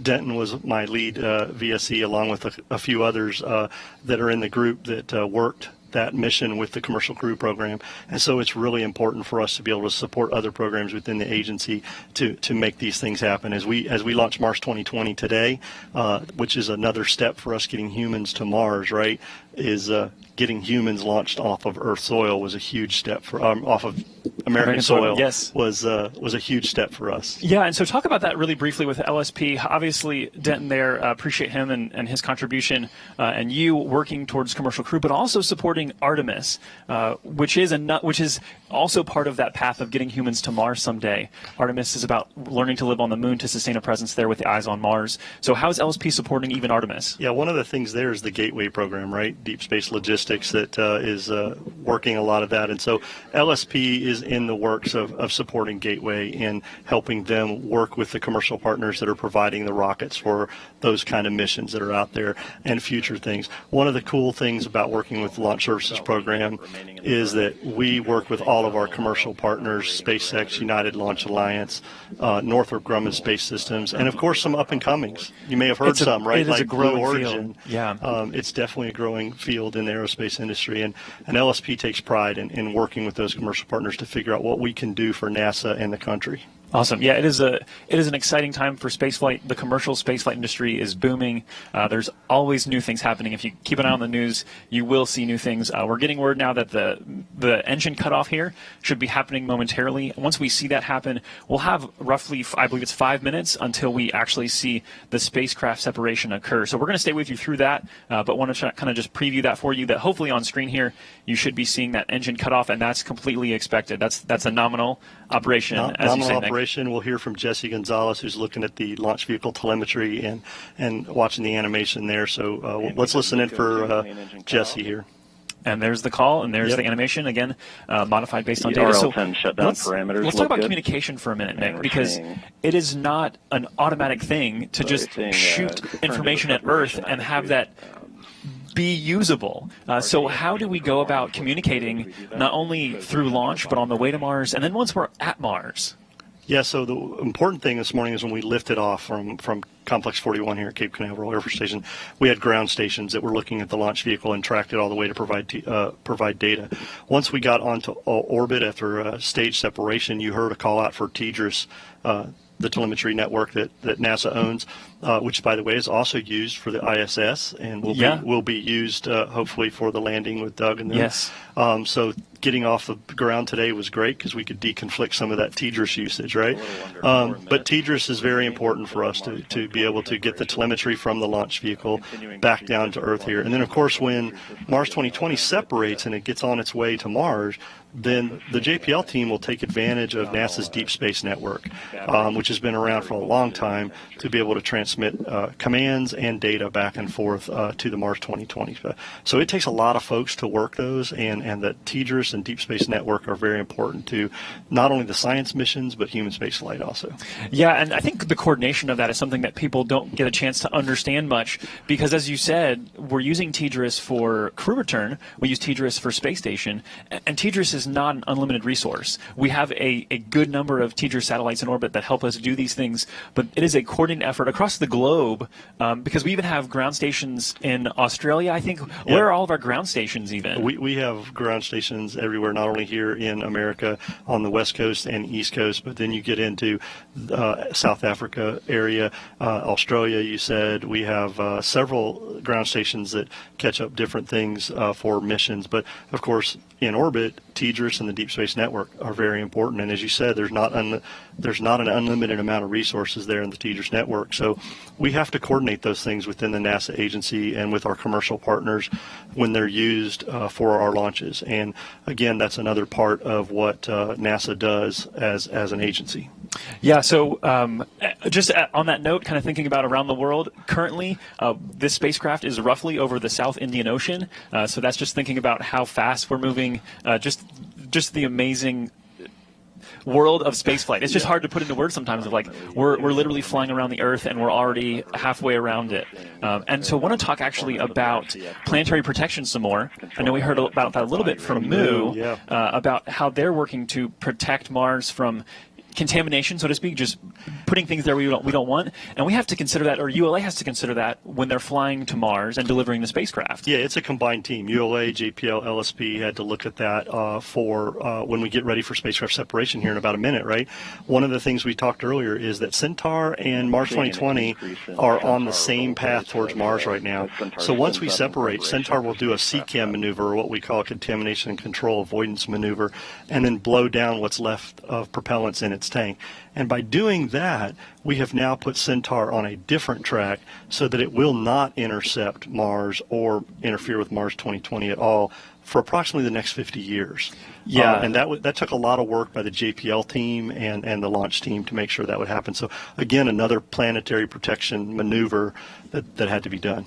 Yeah, and I understand from the telemetry experts in LSP that this rocket actually, after the second burn, is not actually aimed straight at Mars for that reason. It's actually aimed slightly off of Mars. And so Perseverance, Mars 2020, will redirect itself just slightly. We're not talking about over 7 months. A little bit of difference here makes a lot of difference later. Absolutely. And Josh, we heard Jesse telling us that Centaur is spinning up.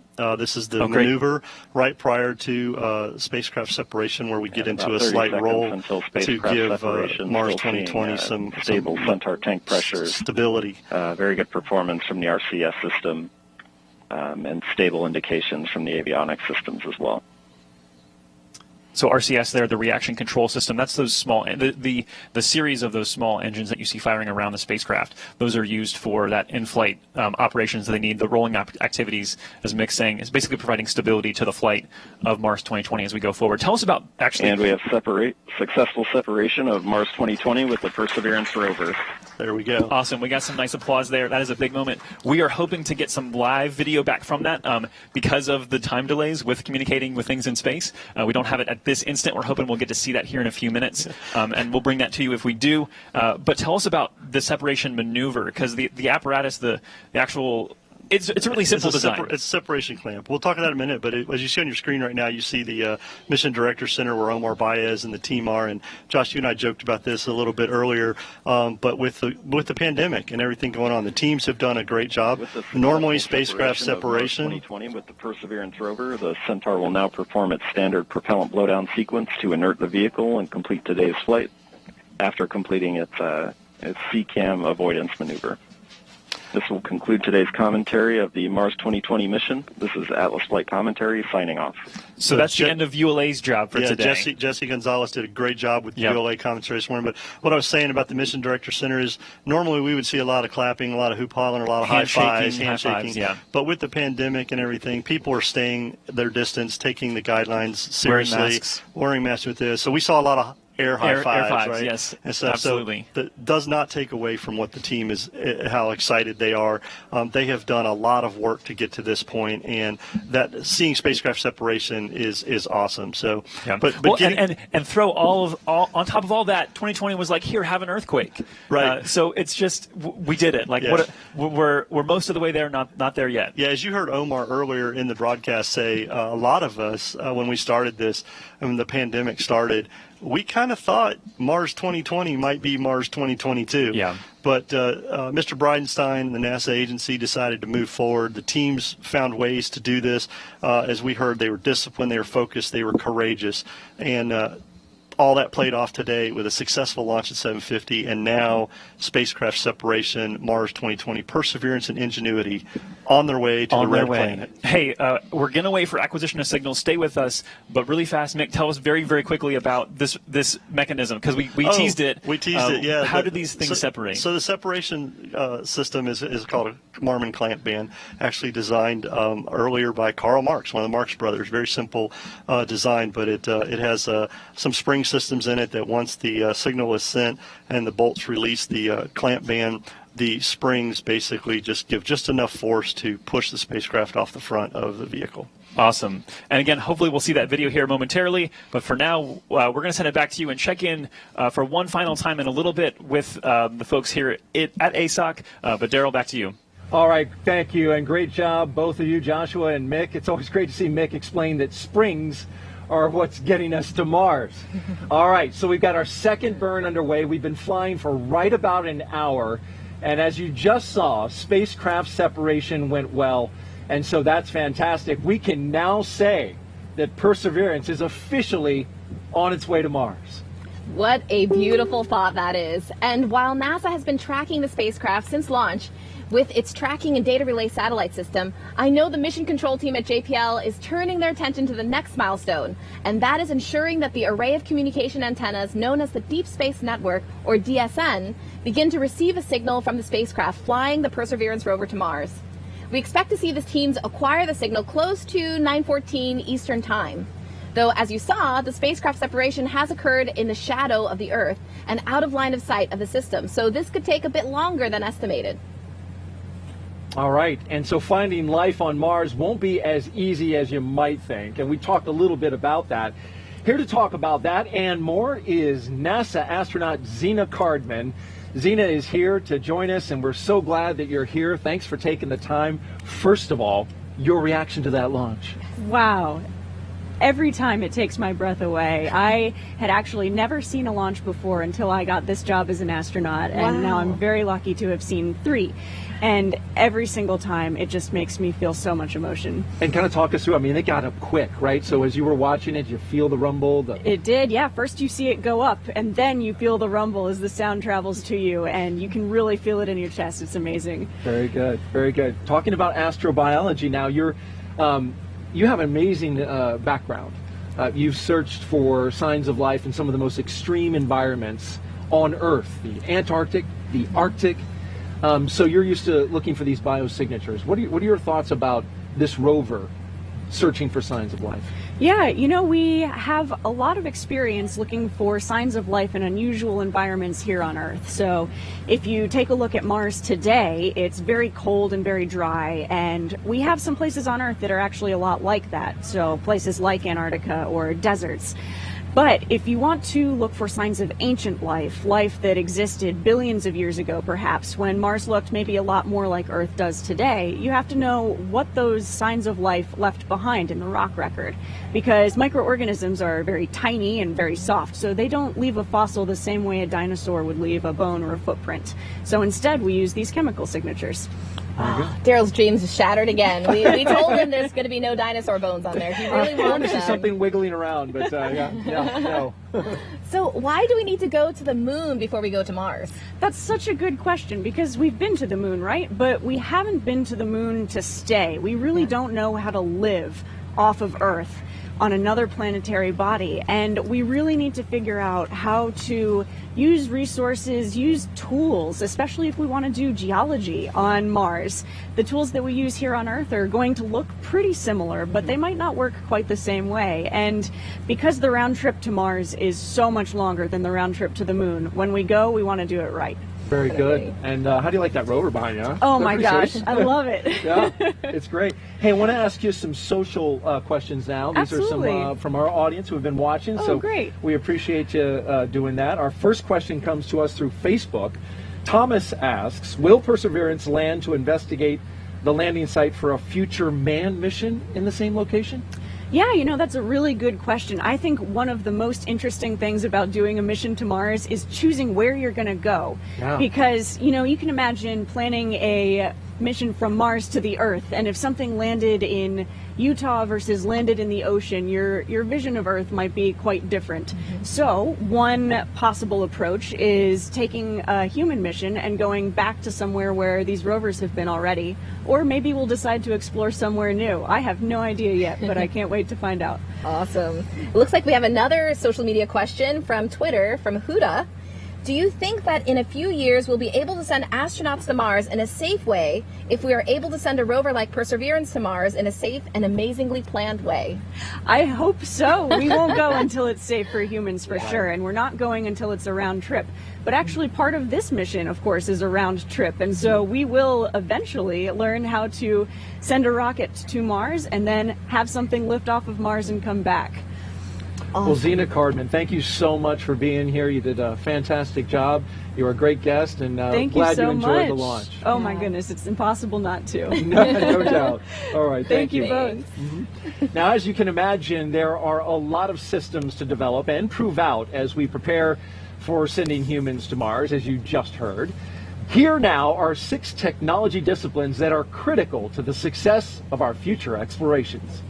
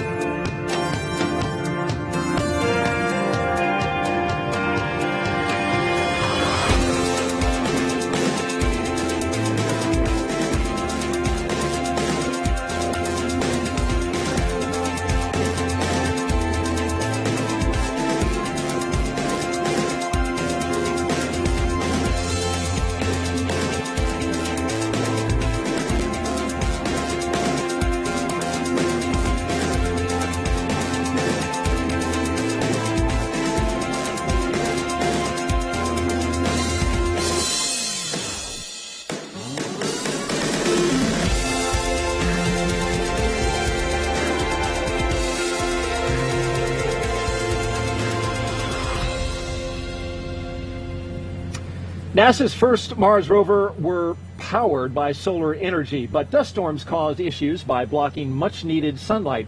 So NASA upgraded to nuclear batteries provided by the Department of Energy. And joining us now is the Assistant Secretary for the Office of Nuclear Energy, Dr. Rita Barnwell. Thank you so much for being here. Great. Thank you for having me. First Excited of all, to be here. How did you enjoy the launch? It was amazing. Absolutely amazing. So fortunate to be able to be here and be invited to watch it. I'm just giddy. Had you ever seen one before? No, I hadn't. It was my first one. And what'd you feel as you were? It was, you could literally feel the launch. So it was very exciting. Very good. Yeah. So it's really interesting. When I saw this segment, I was just fascinated by the whole nuclear part of this.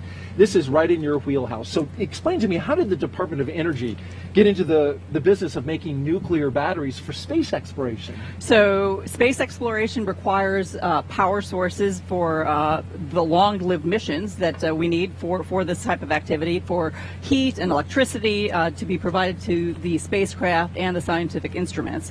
And nuclear energy can certainly provide that power. One source is the radioisotope power system, RPS. Part of that RPS is the radioisotope thermoelectric generator, and RTG. I know that's a lot of acronyms, but you got a decoder ring, so I hope you're good there. A space nuclear power system that converts heat into electricity without any moving parts.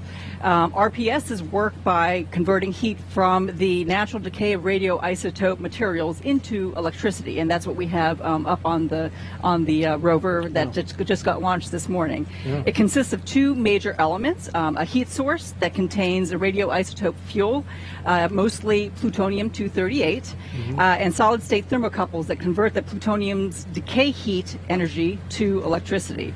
DOE developed several generations of nuclear space power systems that can be used to supply electricity and use the excess heat for a variety of other space applications. This one that was launched is called the Multi-Mission RTG, and it was designed with the flexibility to be able to be operated on planetary bodies with atmospheres just like Mars, as well as in the vacuum of space. It's amazing the longevity of that battery. Yeah, I heard it could last up to 14 years. Right. Will it actually last longer than that duration? It can, and actually right now it was 17 years, 3 years here, and then 14 years out in the mission itself. So we're very excited about that. That's one of the benefits of powering this mission with nuclear energy. The RPSs that are currently powering Voyager 1 and 2 that are exploring the extremes of our solar system also are being powered by an RPS that has lasted for 43 years. Wow. And That's so a long time. That's a great extent of time. Yeah. The MMRTG is essentially, it's a nuclear battery, like you said, and it contains only 10.6 pounds of plutonium dioxide fuel, and it provides 2,000 watts of thermal power. It's similar, the material that's used in this is similar to what was used in the two Viking spacecraft that landed on Mars in 1976. Wow. So this technology has been around a long time, and it's well proven. Yes. Dr. Rita Barenwall, we thank you very much, the Secretary, or Assistant Secretary for the Office of Nuclear Energy. Thanks for coming out. We're so glad you enjoyed the launch, too. Thank you for having me. You're welcome. All right, here's a statistic you might not know about. Missions to Mars, roughly half of them actually make it there. Imagine that. But right now, we know the health of the Mars 2020 rocket is good because it's sending back a stream of data to our telemetry nerve center here at the Cape. Let's go back now to Joshua Santora to learn more about that. Joshua? Yeah, thanks, Daryl. So we talked to Dr. Denton Gibson, who is one of the guys that works behind the scenes, but there is a group of folks that work behind the people behind the scenes, and Jessica Connor is one of those. She's coming to us now from the same Hangar AE location. Jessica, thanks for joining us. Hey, it's a pleasure to be here. Thanks so much for having me on. Yeah, so tell us about what you do to help make all of these activities, and as Daryl mentioned, the telemetry happen. What do you do for, what's your role for LSP? So I work as a mission communications engineer for LSP. That means that I'm getting the video, data, and voice requirements from the spacecraft and then ensuring that they're able to go ahead and perform these operations once they actually get to pad phase. Joshua, I was just going to say, Jessica's one of our wizards. You said behind the scene within the Launch Services Program as engineers, we depend on our folks at AE to make sure that we get everything we need to do our assessments as engineers. So they make everything possible there. Yeah, absolutely. So Jessica, tell us a little bit about how you get the data back and then how it's utilized out to the team. So while it's on the pad, we go ahead and get that data through the umbilical lines, and then that goes ahead and goes back to the engineers, and they're able to provide fleet insight based on the data that they get from the consoles. And can you tell us about how long you've been working this mission? People probably don't understand how much time goes in ahead of time behind the scenes to make these missions happen. So I've been working for about 2.5 years on this mission. About 2 years out, we start working with JPL to go ahead and get those requirements, and then we've been working with them since to go ahead and get processing video, and also being able to talk back to JPL, being able to talk to headquarters and stuff like that. Awesome. And so what's been the biggest challenge for this mission? I know that this mission's presented a lot of unique challenges for all of our teams, but for you, where has that challenge lied? So we have a ton of experience from different mission comm engineers in the past, and so the most unique thing about this mission has been our treatment of COVID, and it's amazing what we've done to go ahead and keep the control room safe for all of the people on console, and to go ahead and launch this mission on time and successfully. Hey, listen, and we did it. We have the data coming back, Yeah. so that means that I think that means you did your job really well today. I would say they did their job great, Joshua. They found new ways, as we talked earlier with the launch team, finding new ways to do their stuff. The folks out at Hangar AE also found new ways to make sure that all the engineering team could perform their fleet's insight assessments and support today's launch. So that team out there has done a great job. They actually make us in engineering look good. So we appreciate all the work you guys do, Jessica. Yeah, awesome. Jessica, congratulations. Job well done. Thank you for joining us for this interview today. Thanks. All right, so Mick, things are pretty quiet now, and that's expected because we're just hanging out for the signal acquisition. The time there is the estimate based on the pre-launch data. Yes. Right now, we're actually in the shade of the Earth, so we're behind the Earth, and so we'll come out of that at some point shortly, and then hopefully acquire that signal because there's some solar arrays that have to play in here. So still kind of some. I don't know if tense is the right word, but we're anxious still. Yeah, I would say we're anxious. We're focused still. As I like to refer back to what Tori said earlier, right? Focused and disciplined. Even though it's pretty quiet right now, we have had spacecraft separation, which was a huge milestone for the team, an exciting time for us at NASA, ULA, JPL, the DOE, and our United States Space Force family. But the team is still sitting on console. They're still following their procedures. They're still performing everything that needs to be done as we await the acquisition signal.